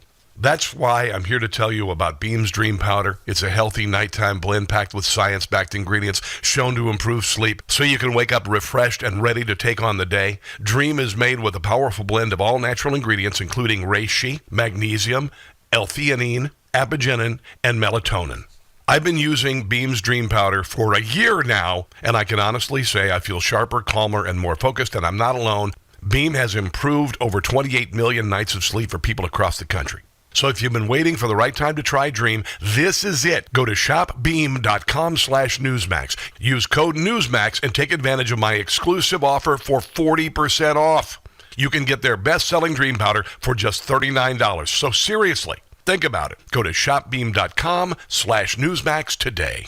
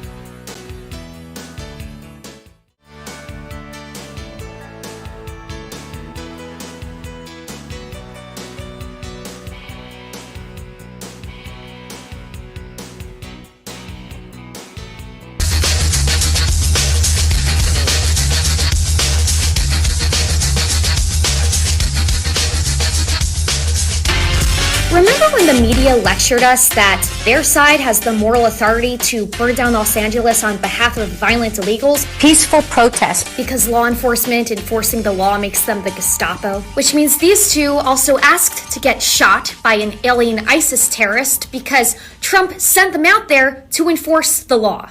if you mask yourself because you don't want to be seen, because there will be a reckoning. How about every single day when their side plots various ways to hunt down and torture everyone, from law enforcement to podcasters they don't like, and sometimes succeed? Well, now the media says we're supposed to condemn an ICE officer who they claim shot some poor, innocent woman who just so happened to be driving her soccer mom van, conveniently burying the reports that she was trying to mow them down with it. The same media that made it socially acceptable to blow our necks off over our words, declaring our spouses and kids are next, now wants to condemn a law enforcement officer for performing his job without even mentioning that a car was being driven towards him. You know, that is Justine Murray, and she says more in 90 seconds than most people say all dang day. She joins us on the Newsmax hotline. Always a joy to have you on. Of course, Justine works for the Media Research Center, does all sorts of, shows up on Fox. She's on Newsmax. She's everywhere. Justine, how are you today? I'm doing well, thank you. It's so good to join you again. Absolutely. Happy New Year, by the way. I hope you had a nice Hanukkah and everything. So you were on this story, and with a brilliant observation about this, as and clearly the Democrat Party was looking, and this was a gift to them. They thought that this yesterday would surely make us forget the hearings on Capitol Hill, which Ilhan Omar must have missed, I guess, right? Must have missed yesterday. But this is what they were waiting for, isn't it? Yep, it's the perfect excuse. Also, it seems like everyone just happened to forget or not even report that on Monday, another gender-confused freak was charged with apparently trying to break into J.D. Vance's home. And this is what the left does every single day. As I mentioned in the video, the media made it socially acceptable to kill us, not just over our speech, but if we are deemed to own too much. They cheered on, idolized some prep school punk for being charged with back shooting that healthcare CEO. Now, I remember even with Ashley Babbitt on their so-called made-up insurrection, they cheered on her murder. They said it was okay that she was killed, and that the guy who killed her was a hero because she stepped foot into the Capitol building. Yeah. So now they're trying to go back and say, oh, wait a minute, nope, law enforcement, they're the bad guys for enforcing the law, when this woman is was charged with trying to mow these people down, mow ICE down with her soccer mom van. But of course they leave that out. They don't report that. And the thing is, she was part of a caravan. Her partner had encouraged her to do this, and she went out and she C-blocked an ICE vehicle. The ICE officers approached her. She panicked. And you don't get shot through the windshield unless the officer's in front of your car. Yep. Yes. What? Yeah. Oh, her car just happened to be there. It also turns out that the same guy who shot her, the same ICE agent, he was apparently just not too long ago dragged a car, a crazy anti-ICE rioter tried to drag him in the street. So this guy was already basically run over previously. Yeah. And now the same thing's going to happen, but the left and the media just expects us to just lay down and let them kill us. I don't think this, and I said that Charlie Kirk was murdered. I said that this wasn't a turning point, it was the turning point. And I think we've had a belly full of this bull crap. You had all these idiots out. They switched their release Maduro signs on Monday. Oh, my God. They want Maduro free. So they went all over the country. The word went out. They printed the signs the next morning. No, actually, right after Maduro was captured. And then they had to flip the signs and write "No, ICE is murder" on the other side of it. And I think the people are done. The Minneapolis police officers stand firmly behind law enforcement officers. This is from the MPD, by the way, accounting under the law and the safety of every Minnesota community. Impossible, reckless rhetoric from political leaders attacking law enforcement has real and dangerous consequences. That's what the MPD said. I think they're done with this crap. Oh, we all are. We all are, because we're all done being censored and told that by the left, the left told us for years that our speech equals violence, and they have the right to use violence against us for our speech. And also, quote unquote, freedom of speech doesn't mean freedom from consequences. Well, there are consequences for us. The consequences they decide is our murder, basically. And it's funny because Jimmy Kimmel, just last night after this happened, he must have had one of his low-paid interns order this custom T-shirt saying, quote, Trump is going to kill you. And he put that on a T-shirt. Spent money to print that out. Let me play the audio. Here it is. I know what they're doing. They're trying out a new slogan. Donald J. Trump is going to kill you. Stupid and not funny. Good, right? I mean, really just stupid and not funny. This is why he's lucky he has a 1-year contract extension. He killed Late Night, and honestly, he is an insult to Late Night. For him to do something this just foolish and reckless, and he thinks it's resonating because he has a well-fluffed audience that has a stand-up comedian in there before, and people, sewing signs when to applaud and when to laugh. Well, he's just a walking, talking puddle. He thinks if he bursts into... That's perfect. If he bursts into tears over something, we're just going to all feel sorry for him and forget the fact that he inspires violence, incites violence every single day. Yeah. Of course, he knows that some nutbag, this is what he wants. He wants some nutbag to take him literally. And this is exactly what happened. Yes. The woman who got killed while allegedly trying to mow down that ICE officer, she took the words of people like Jimmy Kimmel, and what's even more malicious is that Jimmy Kimmel said this after the fact because he is hoping more of that, the mob of zombies that still watch his show, more of them do what that lady did and either succeed in killing someone, succeed in murdering someone over their beliefs, murdering Charlie Kirk, people like Charlie Kirk, or what's even better for them is if they get killed and then the media, Jimmy Kimmel he can cry another puddle and incite more people to kill us. Now, I want you to listen. This is Tim Walz yesterday attempting to spread this to other cities. They want another summer of love. They want another 2020. It's not going to happen. This happened a couple of hours ago, and we're already pitting American against American. All of you saw a video in your eyes. We have a chaotic situation caused by the largest deployment in American history of federal agents into a community with no communication to locals. We had a chaotic... You're not helping or communicating. ...situation where an individual is in their car, shot and killed. And so Donald Trump will make this about me. He will make this about... You're making it about politics. You. Yeah. This is about public safety, and this is about normalcy. To Americans who are watching this, if you're in Portland or you're in LA or you're in Chicago or you're wherever they're coming next, stand with us. Yeah, all the Democrat enclaves that have experienced violence against law enforcement, this is a clear cry to do the same bull crap that they did in the summer of 2020, isn't it? Yep, and he even called it. He called for a civil war. He said America is in a civil war right now, or the Trump.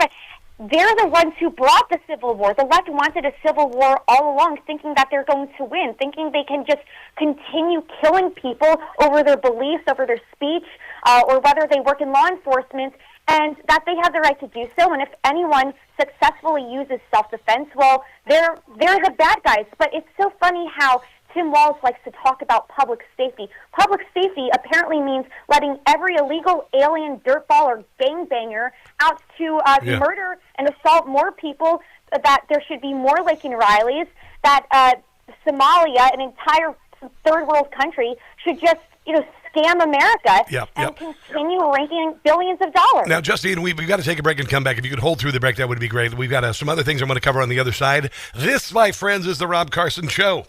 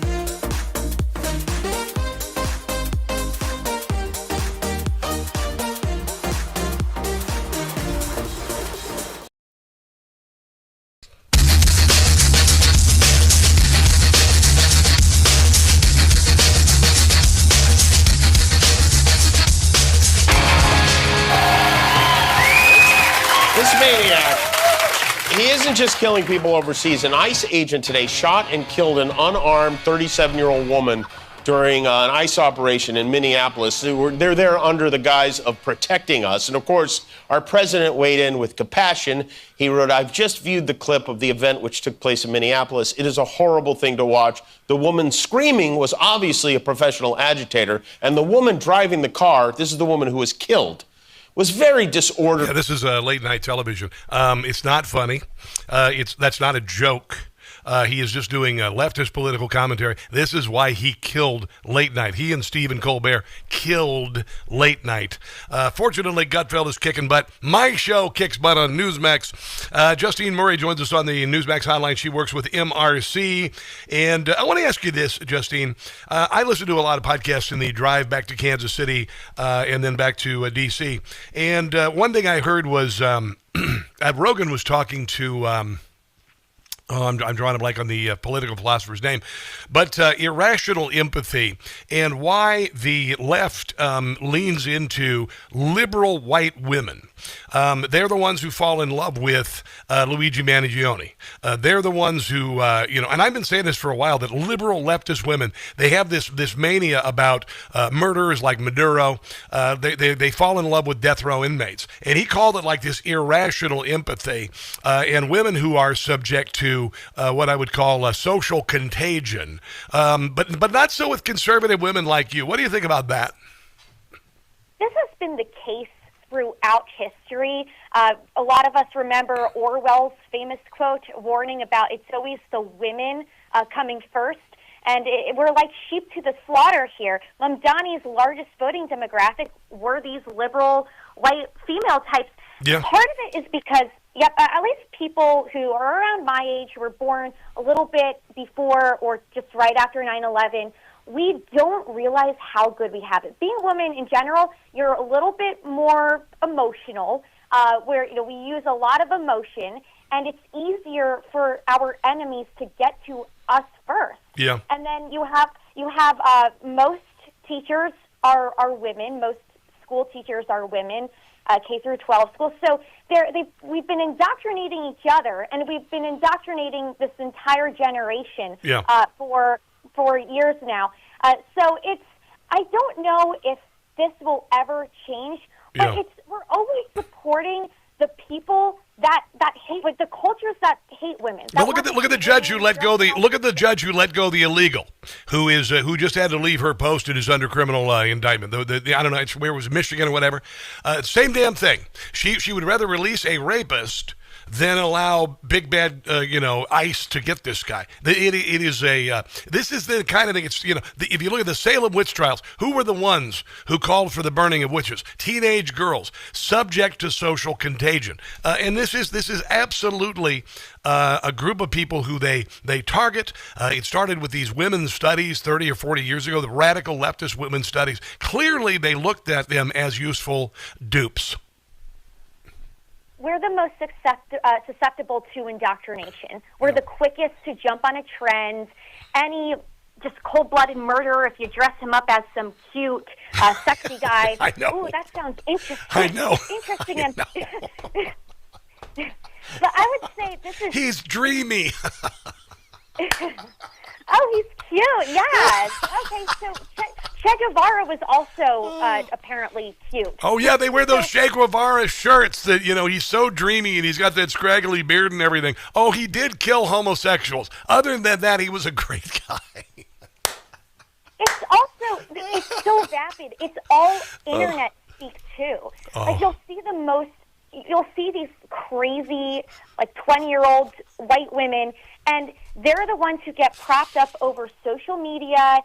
I saw the crowd of women marching out with their hot girls for Zohran, Mamdani t-shirts, hot girls for Luigi t-shirts. Yes. And there's no logic or reasoning. I know. They've turned our dialogue into a poop-throwing contest. 100%. Well, listen, we got to wrap things up. I do think that 2026 is going to be an amazing year. In 30 seconds, your thoughts on what's happening with regard to freedom around the world, with regard to Venezuela, particularly about Iran, because it sounds like Iran is about to fall, and that would be a glorious thing. well, I would say that it's no surprise that the people who are chanting Free Maduro right now are also complaining that, oh, those poor, innocent anti-ICE rioters are having their speech suppressed. They're cheering on a regime. They're cheering on for the release of a dictator who actually shot his protesters in the streets and ran them over. And this is the same crowd, the same demographic that marched in order to have the Islamic regime in Iran. It turns out that a lot of the women who supported the Ayatollah back then, they were murdered by him. So history repeats itself. 100%. Well, it's always a pleasure having you on. Maybe they need some hot girls for the Ayatollah T-shirt. Justine, where can people find all of your great work on social media? Well, first of all, that would be a burqa. Yes. In a burqa. But you can follow me at Justine_BROOKE on X. I'm also on Instagram at Justine Brooke Murray, just my full name. And to search for the Media Research Center, we're also on Instagram, Media Research Center, Twitter. We are at the MRC and at MRC TV. I know we have a lot of names. My God, woman. Just Google her. I appreciate you. You're the best, honestly. Thank you, and Happy New Year again, Justine. We'll talk to you again soon, okay? Happy New Year. Thank you. All right, let's take a break and come back. This is the Rob Carson Show. She's a rock star, man. She's on her way. She's on her way. She's 23 years old. I met her, I guess, at CPAC last year, and I've been following for her for a while, and I just think she's terrific. I think she does a great job, and I talked to her at the Newsmax Christmas party. Let's see. Roundup Pony says, funny how a pack of wolves and other predators work well together, and human beings act as a pack are a huge butt of idiots. Yosemite Sam speak.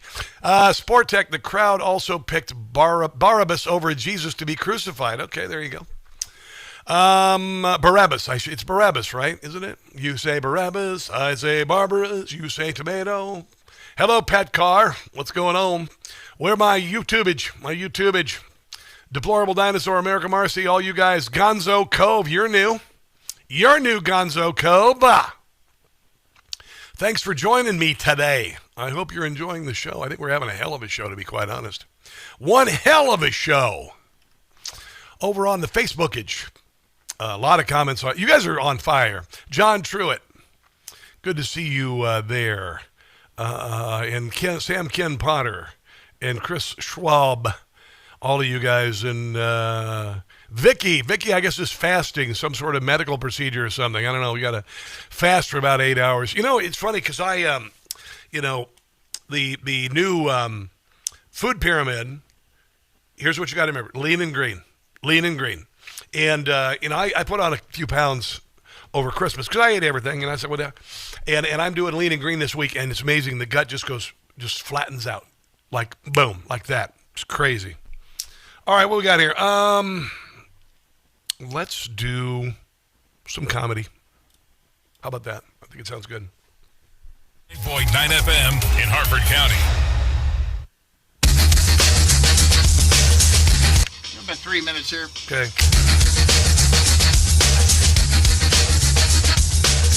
Come on, Pete. Start moving. Come on. Got to get me there. Yeah.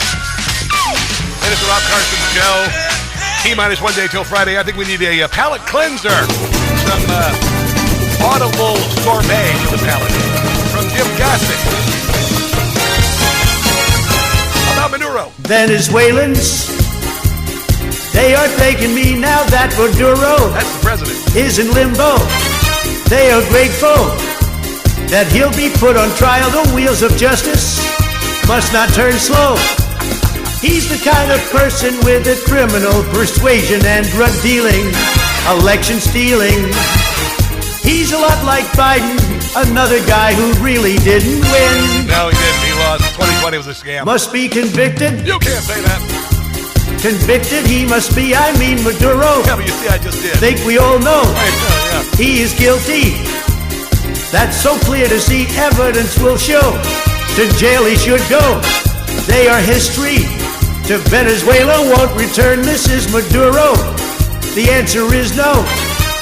You must know. That is brand new Your from drug Jim dealing Gossett. days are through, mister, with your own. Trump's week-long blitz sparks NATO panic, but Venezuela, Greenland, and oil seizures are only part of his audacious 33-page plan for the New World Order. The New World Order. Yeah, this is pretty cool. 33-page national security strategy. It's a tragedy. Published late last month, redefined U.S. foreign policy principles to assert that the Western Hemisphere is now America's exclusive domain. Yeah, we're kicking butt and we're taking names, baby. We are taking names. One of them was Maduro. All sorts of stuff going on. Well, basically, was it speak softly, carry a big stick? Speak softly, carry a big stick. Donald Trump speaks loudly, carries a big stick. And it is so wonderful to see him enforcing the Monroe Doctrine and having these things, what do they call them? Testicles. I think testicles. And you know what? Women can have testicles too if you're a Democrat. But there are women like Margaret Thatcher. She had figurative testicles, and those are the kind of testicles that I like to do. For Europe, Trump is showing that he is daddy, as NATO Secretary General Mark Rutte prophetically joked last summer. Remember that? He called Donald Trump daddy. Who's your daddy? It's fantastic. And by the way, next hour, it looks like Donald Trump can easily take Greenland. Apparently, there's a treaty we already signed with Greenland. So the Denmark doesn't have anything to say about it. Like it would matter what Denmark has to say. Oh, yeah, okay, whatever, Denmark. Well, we're certainly going to back up. No, we can actually take it like that. I'm going to share the details on the other side of the break. This is the Rob Carson Show. No blind rhetoric. No talking down to me. Don't tell me how to think. Don't tell me how to think. Don't tell me how to think. I trust Newsmax. Newsmax. They don't tell me how to think. They let me decide. Real news for real people.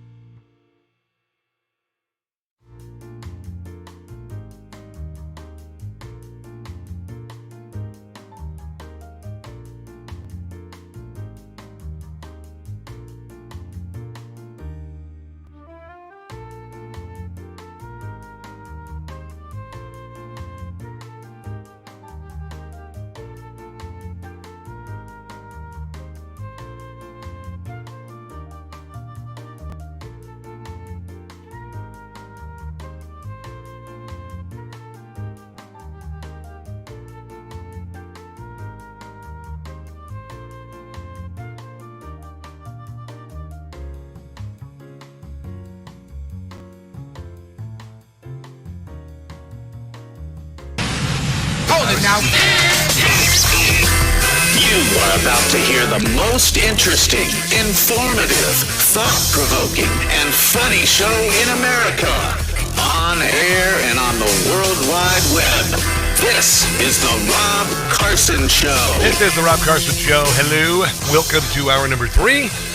We are, of course, on radio stations around the country, and we are also streaming live on all Newsmax social media.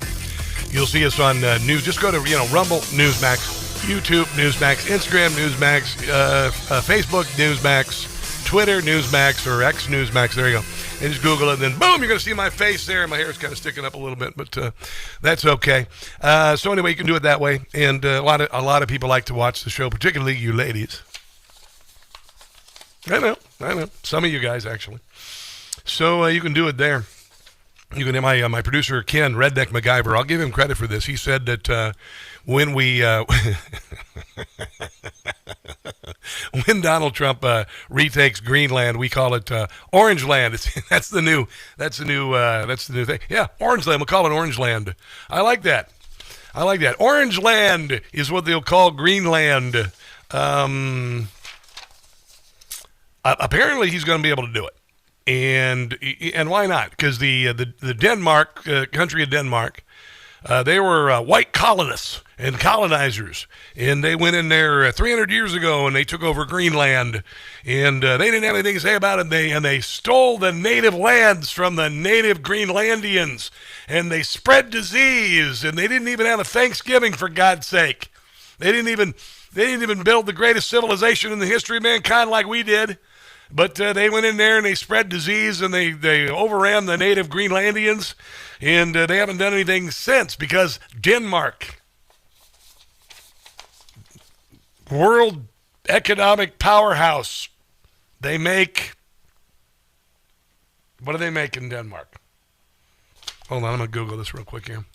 Denmark's number one products is, do they do like that, what is it, the herring, the pickled herring? Denmark's biggest exports. I'm going to put it in here on the Google. See what Denmark does. Don't know a lot about Denmark's exports, worth approximately $133 billion. Key products including pharmaceuticals, machinery, and refined petroleum. Really, I had no idea that Denmark had refined petroleum. That is fantastic. That is just fantastic. Okay, all right, well, that's great. That's what Denmark does. But anyway, they've been in control of Iceland, haven't done D-word for Richard with it. And we've already got one military base on there, and, apparently, are you ready? We can take it. It's ours to take it. And some, by the way, this is Nick Shirley. I'm not kidding. I think it's Nick Shirley in Denmark a while back, talking to some Denmark teens about the possibility of the United States acquiring Denmark. I'm here in Greenland. This kid's got a MAGA hat on. What's your message to Donald Trump? Fight Greenland. Fight Greenland. Fight Greenland. Fight Greenland. No more Danish. No more Danish. We don't like Danish people. We don't like Danish people. Well, who does? I mean, when's the last time you hung out with a Danish person? It's like, you can have a Danish. They were a big deal at once. We eat donuts here, by God. So there you go. They're saying buy Greenland and no more Danish. No more Danish. Not even with your coffee in the morning. Who eats Danishes anymore? Danish? Isn't the Danish that thing with the swirly and then the jelly in the middle of it? I never liked the Danish thing. I never liked that. It's not a big deal.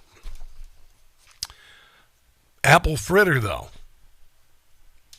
If you give me a good apple fritter, I'm going to have a hard time stopping. Buy Greenland. An old pact already gives Trump a free hand. Does the United States even need to buy Greenland, or something more drastic to accomplish all of Donald Trump's goals? Under little-known Cold War agreement, the United States already enjoys sweeping military access in Greenland. Right now, the United States has one base in a very remote corner of the island, but the agreement allows it to construct, install, maintain, and operate military bases across Greenland. House personnel, control landings, takeoffs, anchorages, moorings, movements, operation of ships, aircraft, and waterborne craft. It was signed in 1951 by the United States and Denmark, which colonized Greenland more than 300 years ago, spread disease, and killed the native people. We don't know about that, but I think it happened.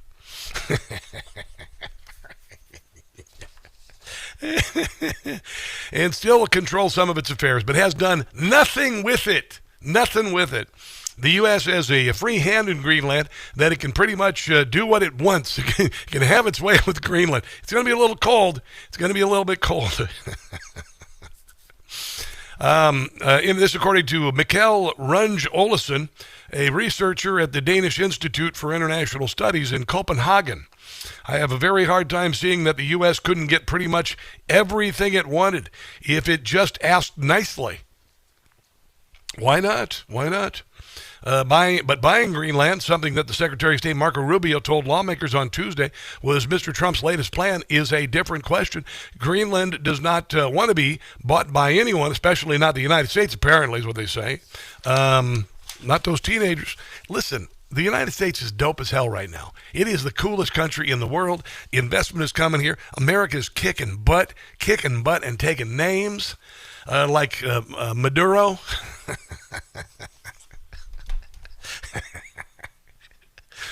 Greenlanders now say they have the right to build a referendum on independence, and Danish officials have said it's up to the island's 57,000 inhabitants to decide their future. They floated the idea of giving each one of the inhabitants $1 million, which would be like 3 Somali daycare centers. We could own Greenland for a dozen Somali daycare centers in Minnesota. What do you think? Can we get away? Can we do that? Can we do that?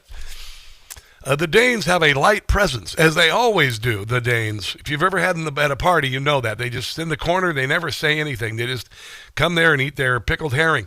A few hundred troops, including special forces that use dog sleds to conduct long-range patrols. And man, those Danish dog sled patrols, you just would never consider.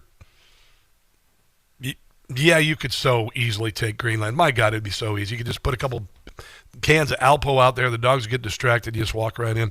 In recent months, the Danish government has vowed to upgrade its bases and increase surveillance. So there you go. Tuesday night, Danish and Greenlandic leaders asked to meet with Mr. Rubio, according to Greenland's foreign minister. It's not clear if or that might happen. We will see.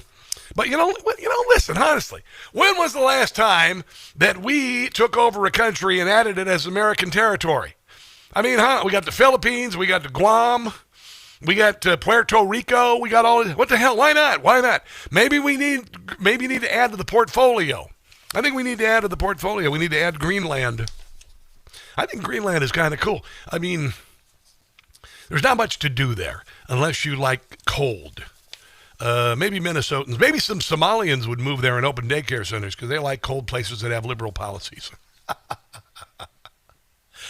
According to the 2004 amendment, the United States is supposed to consult with Denmark and Greenland before it makes any significant changes in its military operations on the island. So Greenlanders said they are open to doing business with just about anyone. I'm going to tell you, I think America right now is the country to do business with. That is very clear. I mean, right? Very, very, very, very clear. Here's an interesting story. Did you notice the difference in CBS News? Did you notice this? They got this news anchor, Dukapel. Is it Dukapel? It's going to take a while to get that name figured out.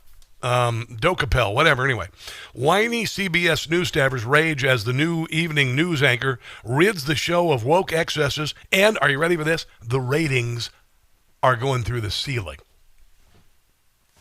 See, this is why Newsmax grew into this powerhouse that is. Newsmax is kicking butt because, we stick to our principles.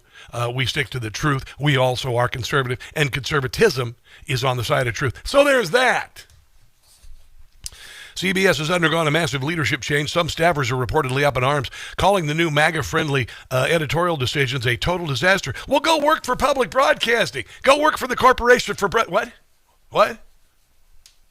Oh, yeah, they went out of business. They don't exist anymore. So much for that. You better put your resume away if you want to go work for PBS, because it's gone. You know why? Because they were also a left-leaning, a mouthpiece for liberal coastal elites. That's why it's dead. That's why it's gone. Tony Dokapil took over the position this week from previous anchors John Dickerson and Maurice Dubois. They were terrible together, man. It was like what was it? Wasn't it Rather and Maury Povich's wife, were they together for a while? That was a long time ago. That was the early aughts. Dokapol launched his tenure in the evening broadcast with features on high-ranking officials in the Trump administration, including Pete Hegseth, Secretary of State Marco Rubio, Homeland Secretary Kristi Noem. Millions watched Dokapol anchor the refreshed broadcast with 4.5 million viewers. According to the Nielsen figures, that's 500,000 more than when Dickerson and Dubois hosted the show. There you go. Isn't that amazing? But apparently a bunch of the woke morons at CBS are mad about it. And I'm going to tell you, as someone who I am an independent contractor, you might want to hang on to your job there if you're working at one of the media, because unless you can make it on your own out there, it's a tough row to hoe. I'll just put it, and it doesn't mean what do you think it sounds. A tough row to hoe is something different than you probably think if you're a Democrat. But it is not easy. But there you go, CBS. They started telling the truth, reporting the news as it should, and their ratings have already gone through the ceiling. Isn't that amazing? My God, who could have actually foretold anything like this? Oh, yeah, every conservative media outlet, including Newsmax. Let's take a break and come back. This is The Rob Carson Show.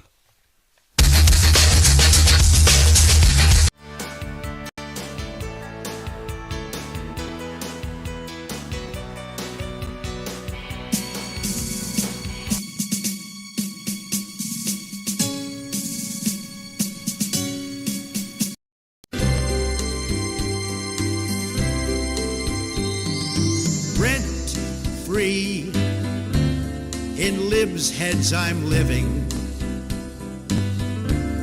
the fits I am giving to Whoopi, Sunny, and Joy. Rent free, I'm occupying. Rosie is lying. She says I'm not in her head. Break free, they simply can't do it. When you get down to it, they have TDS real bad. Hatred,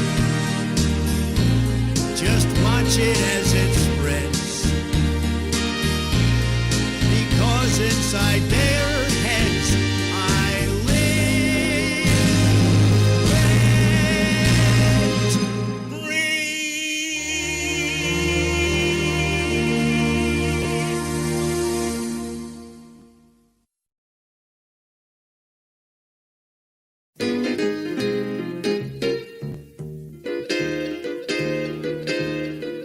To the town of Portland I said in the guard, Antifa, they are gonna hit you hard. To Democrat mayors getting in my way, go ahead punks and make my day. F around and find out, F around and find out. Schumer's gonna find out I mean business and I'll get my way. Pencil Neck and Chris Ray, for your crimes you will pay. You have both been found out. Hope you get a lengthy prison stay. Listen up, Hamas, I am warning you. Break the ceasefire and you'll be through. Democrats, hang your head in shame. For the shutdown, you're gonna get the blame. F around and find out. Mess around and find out. F around and find out. In the end, I'm gonna win the day. Find out.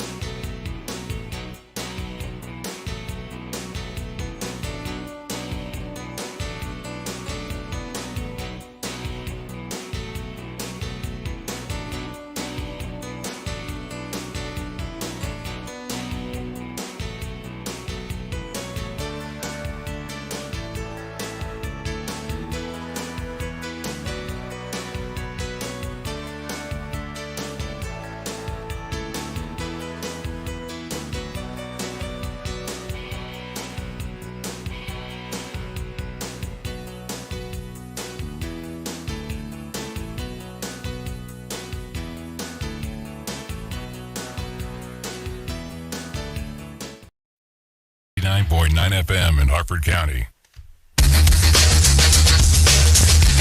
Hey, we got a little piggy here. Okay.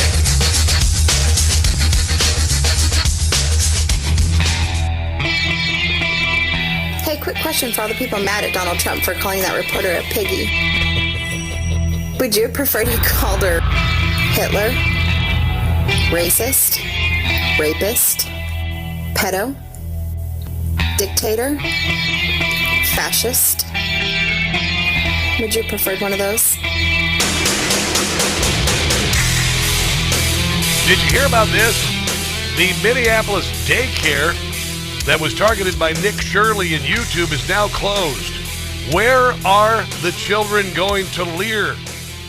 What? I mean, what? Honestly, where are they going? The Leering Center. Where are they going to leer?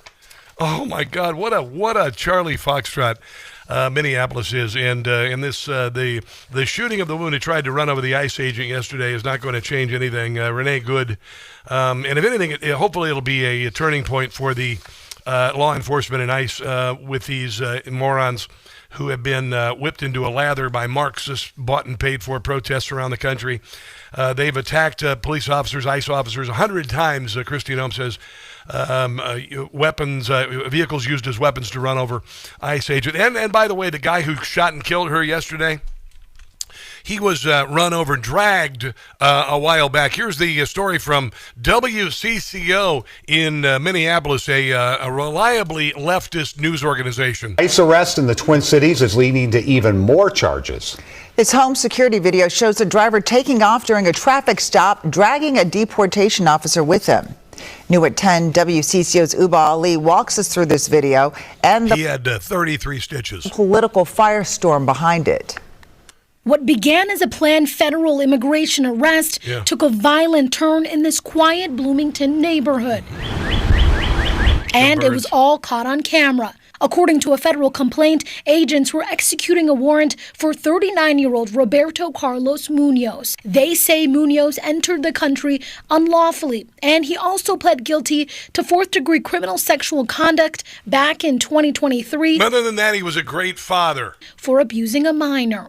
Tuesday morning, agents except for to that kid, not so much. Pulled him over. Court documents say he repeatedly refused to comply before a federal agent took out his spring-loaded window punch with his right hand and broke the driver's side rear window. Then what happened? These images show the officer's hand in the vehicle. In this video, you can see the driver take off with the agent hanging from the car, dragging him 300 feet through front yards. Wow. These graphic images show the aftermath. Wow. A bloody agent who needed 33 stitches for his significant cuts. Yeah, there you go. There you go. That's the agent who took out Renee Good after she tried to run him over yesterday. Wow. I mean, honestly.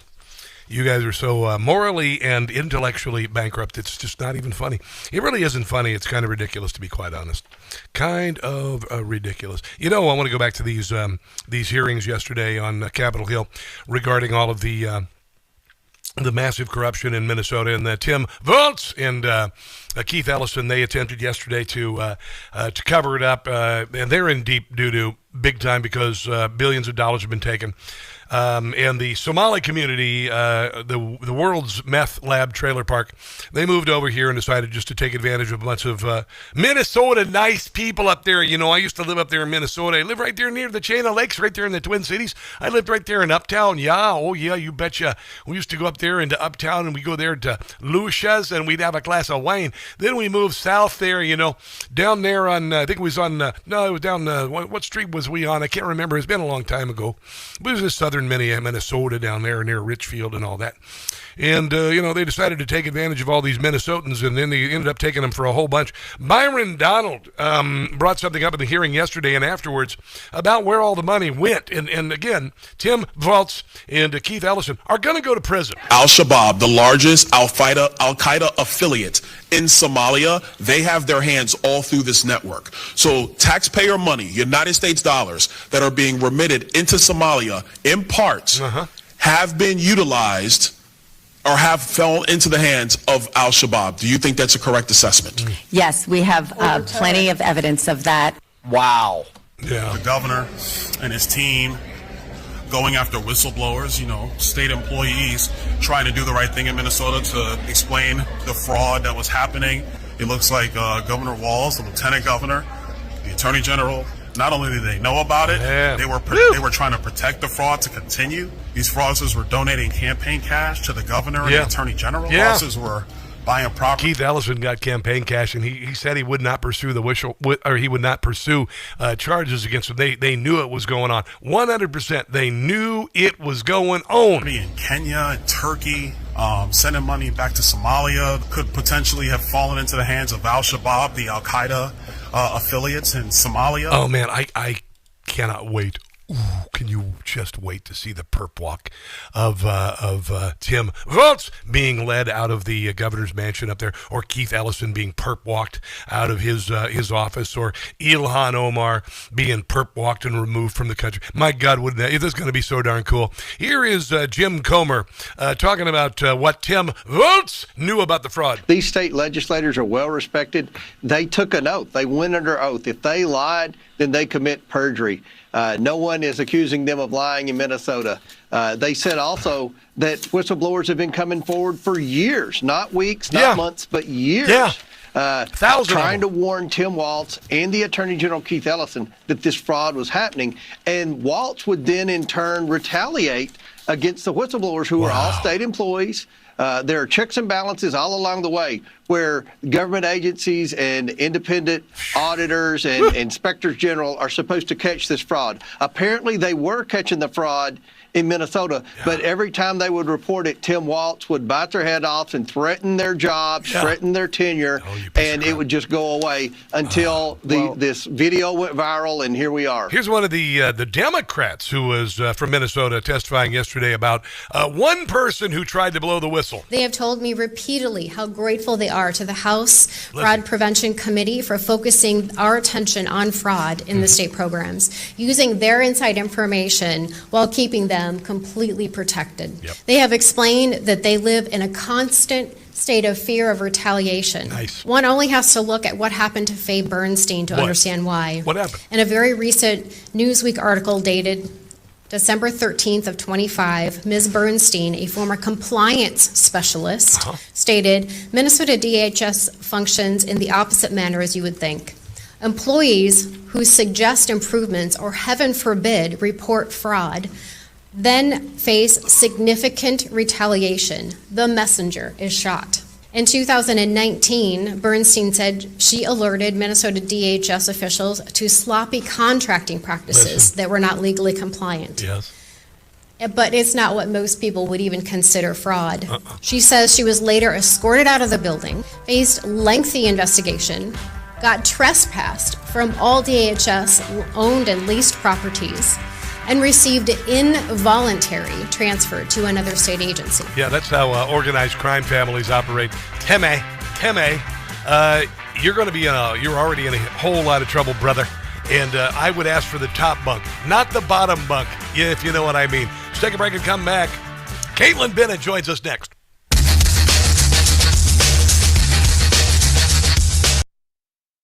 Hey guys, it's Carson for Relief Factor. You know, I saw an ad for Relief Factor a while back, and I saw a guy literally in tears with how he talked about the pain that he was experiencing was gone. It happened to me, too. I started it taking a few months ago. My hip was really bothering me, and I wondered, because I'm the age of, replacement of joints and whatnot, if it could be better. And I started taking Relief Factor, and it healed. It's a 100% drug-free, research-based formula created to help your body's natural inflammatory response, the same one that cause everyday aches and pains from aging, exercise, overexertion, and just normal living. It helped me with my hip, my neck, my shoulders, all the places that remind you you're not 25 anymore. Relief Factor supports a healthy response to inflammation, helping you stay active and keep those joints and muscles feeling good. It's made with 4 key ingredients: omega-3 fatty acids, resveratrol, curcumin, and icariin, each one helping from a different angle. You can start with the 3-week quick start for just $19.95. That's less than a cup of coffee a day. So if you're tired of creaking like an old floorboard every time you move, give Relief Factor a try. Go to ReliefFactor.com. That's ReliefFactor.com and feel the difference. Relief Factor, because getting out of bed shouldn't count as a workout.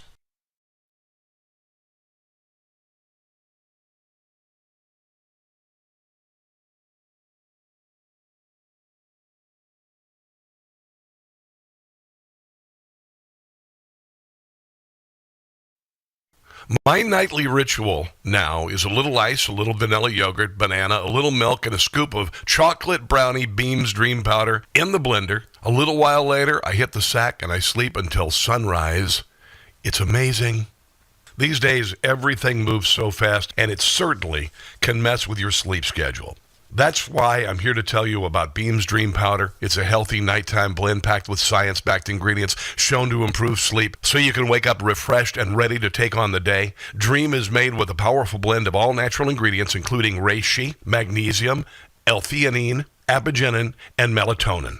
I've been using Beams Dream Powder for a year now, and I can honestly say I feel sharper, calmer, and more focused, and I'm not alone. Beam has improved over 28 million nights of sleep for people across the country. So if you've been waiting for the right time to try Dream, this is it. Go to shopbeam.com/Newsmax. Use code Newsmax and take advantage of my exclusive offer for 40% off. You can get their best-selling Dream Powder for just $39. So seriously, think about it. Go to shopbeam.com/Newsmax today.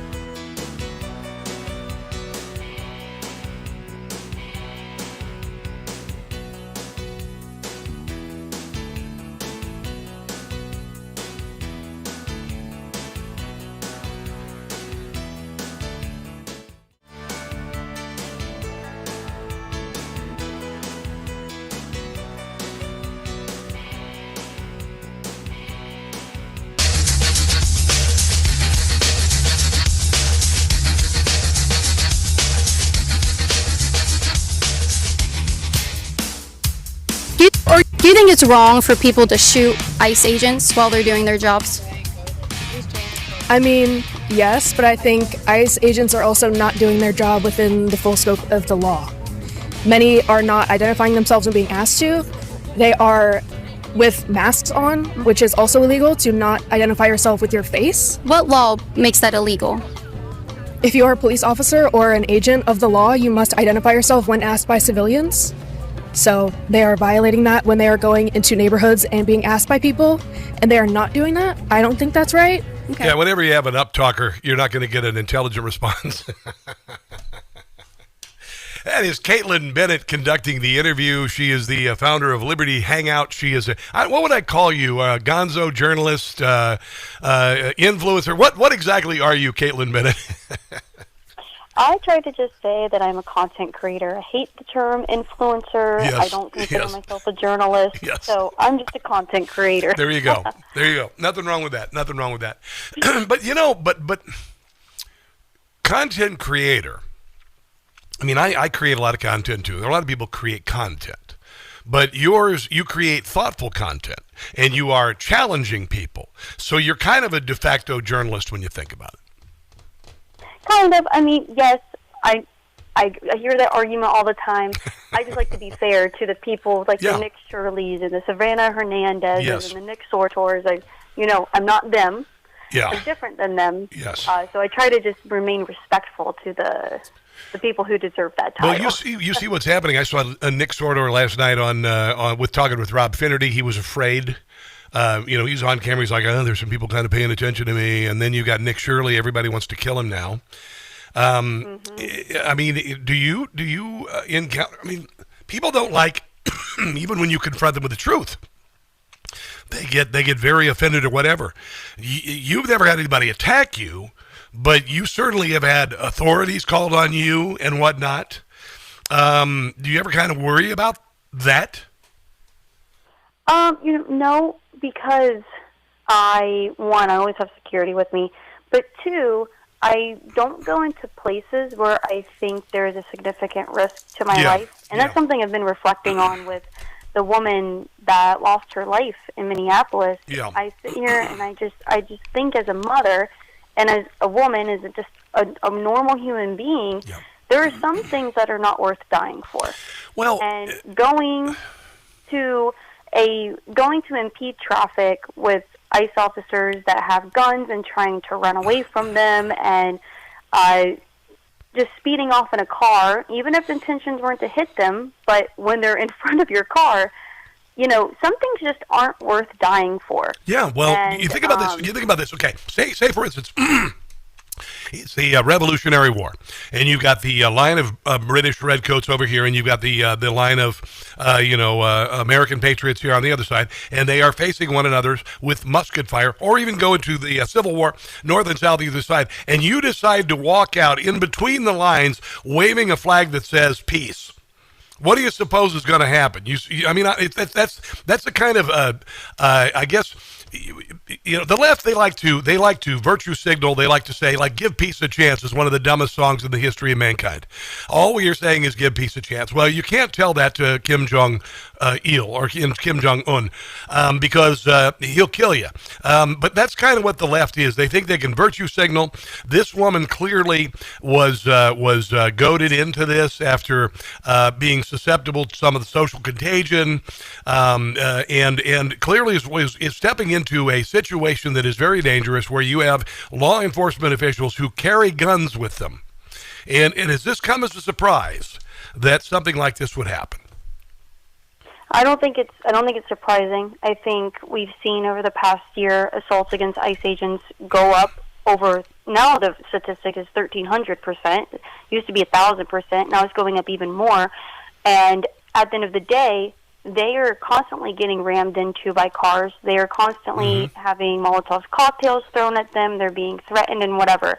And so I think that when we have an entire political party and a ton of talking heads, and it's pushed by social media and news agencies and whatever, telling normal, everyday people that ICE agents are Nazis and they're rounding up brown people and sending them to concentration camps, that radicalizes people and it makes them very scared. Well, this is the same thing that happens in the Middle East with the mullahs.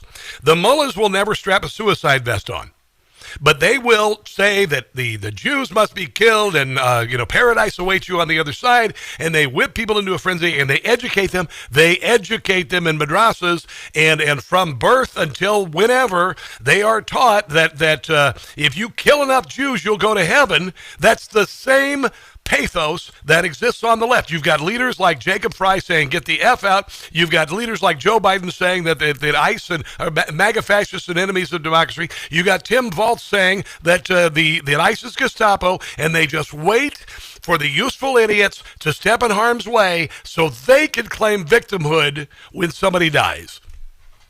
It's so sad. Two things can be true at once. That this is a very sad thing that could have been prevented.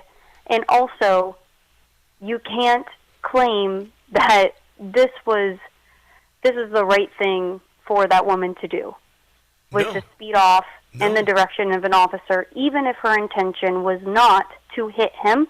How does he know that? How does he, in that split second, thinking for his life, know what her intentions are? But she wanted to be a vigilante that day on behalf of criminal aliens. Yeah, and did you hear that guy last summer busted out a window going after an illegal sex criminal, and he busted out a window, reached in, and the guy nearly tore his arm off. He had 33 stitches. He was dragged 300 feet. That officer, did you know that? I did not know that. I've heard something like that, but I have not verified that for myself. But good to know that other people are looking into that. Well, generally, the only way to get shot through your windshield is if the person with the gun is in the path of your vehicle. Mm-hmm. Yeah. And then you hear people like Stephen A. Smith said, why don't you just shoot out the tires? Well, if the car is moving, 3 feet in front of you, shooting out the tire isn't going to stop it. Yeah, it's just a really upsetting situation all around. And I think that we need to reevaluate how we encourage people to go out and protest. And I don't know if you saw, but Tim Walz gave a press statement just maybe 20 minutes ago. Really? Leo was like such a dweeb, sitting there begging Minneapolis, or people in Minneapolis, to not riot tonight.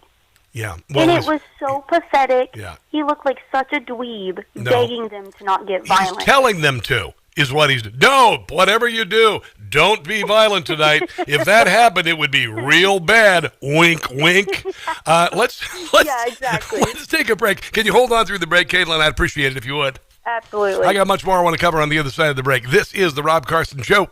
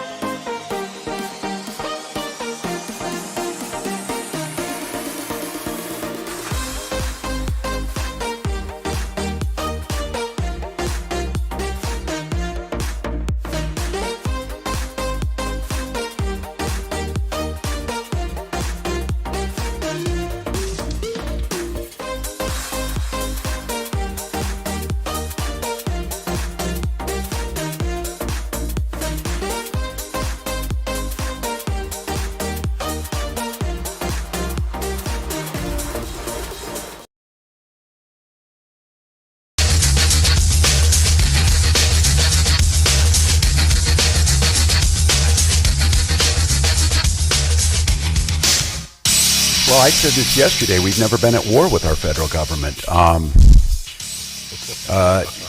I think in this case that the National Guard is their main mission. They have a dual mission. I said this yesterday. We've never been at war with our federal government. To ICE, get the out of Minneapolis. Wow. We do not want you here. Your state. That is Jacob Fry. He is the Justin Trudeau of Minneapolis, telling ICE to GTFO. This is Tim Volz yesterday saying that Minnesota held the line for the nation on July 3rd, 1863. Our history, when things looked really bleak, it was Minnesota's first that held that line for the nation. On that July. Wow, so yesterday he was talking about the Civil War, about being at war, and I think he understands this. He's in a little hot water. First of all, he's going to go to jail for all the fraud and everything, but second of all, for fomenting for insurrection. It's what it sounds like. Kaitlin Bennett of Liberty Hangout. Maybe that's why he came out today and said, "Oh, don't riot. It's really bad. Rioting this year is bad. My wife will hate the smell of burning tires this year." So I have no clue what goes through his brain, but you're saying he's going to go to jail for fraud. Oh, yeah. If he does not, Trump supporters are going to be very, very angry. Well, we're done. If someone does not get held accountable, and him specifically. And so they need to know that, and I hope that we make it clear that we expect someone to be held accountable for the stuff that's going on there. Well, they haven't done a damn thing. We don't have anybody going to jail. Did you realize this stuff's been going on in Minnesota since 2009? No public official in the state of Minnesota has been held accountable for anything. And the last time I checked, there haven't been any arrests in Washington, D.C. for all of the things that we want people arrested for and why we voted Donald Trump yet. Yeah, that's a disappointment, and I really hope that this is the exception here, because the rule is kind of no one ever gets held accountable, specifically politicians. And so I hope that this is the exception to the rule. It is just so flagrant and brazen and so out in the open that this is like the final nail in the coffin. If someone does not get held accountable, then trust, and it's just going to be at an all-time low. I don't even know how much lower it can get. I know. Here is Jim Comer yesterday saying people will be. Well, first of all, I'm confident that we're going to see some real accountability here. The Department of Justice is already on the ground. They've already arrested several dozen people in connection with Somali fraud. I think that number is going to increase significantly, probably tenfold at least. Kaitlin, I really want to see Timmy Perp walked out of the governor's mansion. Wouldn't that be glorious? Wouldn't that be cool? Yes, that's the thing. I don't care how many Somalis that they arrest. Okay, great. That's easy. That is low-hanging fruit. What matters are the people that are orchestrating this. They didn't do this themselves. They did not come up with this. Everyone knows they could not do that.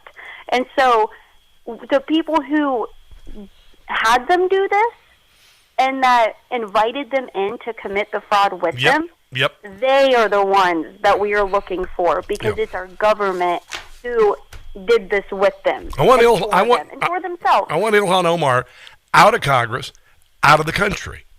And I'm sick and damn tired of this nonsense. $30 million. She's worth $30 million after a year. Wasn't worth anything a couple of years ago. I'm damn sick and tired of it, Kaitlin. I really am. I want to pivot to something else. How was your Christmas? You did a traditional Catholic Christmas this year.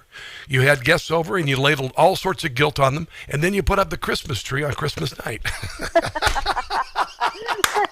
That's right. Christmas Eve is when all Christmas stuff went up, and it's still up today, and it'll probably be up until mid-February. There you go. If anybody watches Michael Knowles, he does the exact same thing. Yes.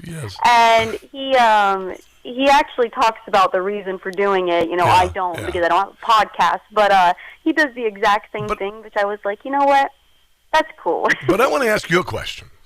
Because I've got someone in my family who's my daughter, on the fence about God. You didn't believe in God, right? Tell me real quick. We got about 3 minutes left. I am curious, and I'd love to hear, because so much has happened for Gen Z, and COVID separated you, but it really brought you together. The powers that be separated you, but you came together in a way we could ever imagine. How did you become who you are from being an atheist? So I have a unique, conversion story because I was in the middle of Ohio University and I was being mobbed by like 500 students. They were throwing rocks at my head. They were dumping hot coffee on me. And so earlier when you were like, you've never been attacked, I was like, well, I have, but that's fine. I don't need to sound like a victim right now. Wow. So they were doing all of that. And this guy was chasing me with hundreds of students to my car saying, F you said gay people are going to hell. And I remember turning around and saying, I'm an atheist. I don't believe in hell. I never said that. And his eyes twinkled. Really? And he went, I didn't know you were one of us. Whoa. And in that moment, I was like, oh my goodness, I'm not one of you. Something with me. I said, in that moment, I will never forget. I literally just had like an explosion in my brain where I was like, I'm not one of you. I am not on the right side. I cannot relate to these people. I never want to be considered one of them. And so my experience is a little different because I was actively being assaulted by a bunch of atheists, who were supposedly my people. Yes. But when you look at, I feel like the most important thing that I did after that is I started asking questions. Yes. And then I realized that I actually didn't know anything about Christianity that I thought I did. Yeah. And I was very, very, very ignorant. Yeah. And that is something hard to come to terms with, especially with someone about faith. To have to realize that you've been wrong about religion and faith and you've been touting, a sinful lie that God doesn't exist for nearly all your life. How much richer, we have to wrap up, but how much richer is your life now? So much. I know. So much. It shapes the way you do everything with your life and with children, which is the most important thing. I love it. Well, we're going to do extended podcasts this year, and I want to get you in studio or on camera and talk about this for at least an hour, because I think it's an amazing story. I would love to. You're an amazing story, and trust me, I've been through the same thing. I did not believe in God, but I'll tell you what, I had some miracles happen in my life, sister, that are amazing. You, of course, are Liberty Hangout on YouTube. Where else can people find your glorious work, Kaitlin Bennett? At Kate Marie OX on Twitter and Kate Safe Space on Facebook. All right. Happy New Year, and God bless you. We'll talk again soon. God bless. All right, let's take a break and come back. This is the Rob Carson Show.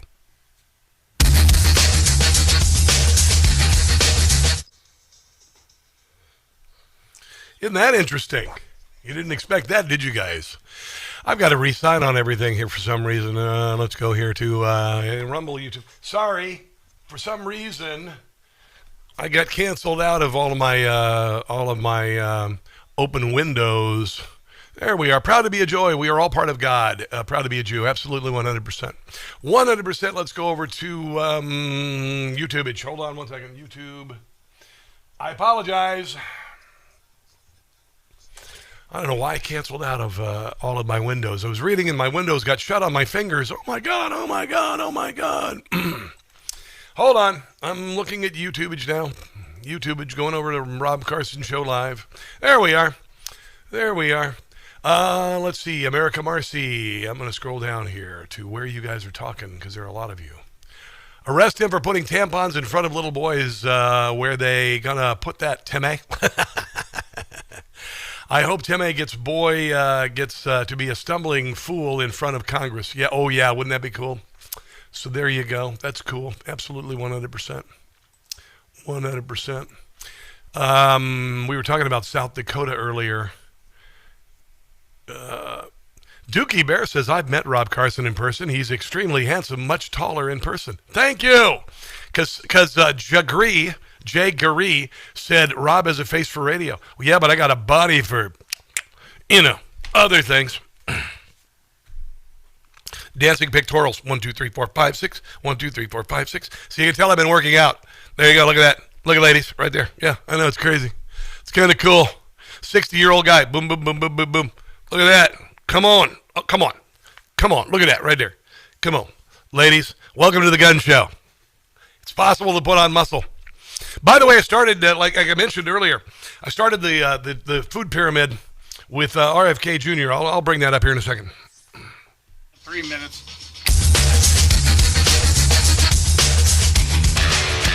Hey, this is Rob Carson Show. Just talking to my streamers, my beautiful streamers. And I was talking about yesterday, RFK Jr., they unveiled the new food pyramid. And, you know, this is a really good thing. And nobody hates people preaching about diet and exercise unless you're really seriously into it. But I'll tell you, it's not a surprise. It's lean and green. Lean and green. Lean and green. That's it. So lean means meat, real butter, bacon is fine. Shut up! I know. It's crazy, right? You know why your mother kept, or your grandmother, my mother, kept a empty or a can of bacon fat on the stove? Because A, it's a great cooking oil, and B, it doesn't cause heart disease. My dad, he unfortunately died at 72 years old, a World War II veteran. He died 30 years ago when I was in my 20s.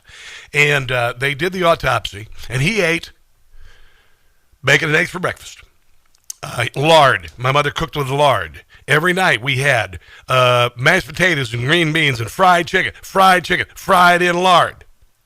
They did his autopsy. He had no blockage in his coronary arteries. Nothing. He smoked. That's what killed him. Cancer killed him.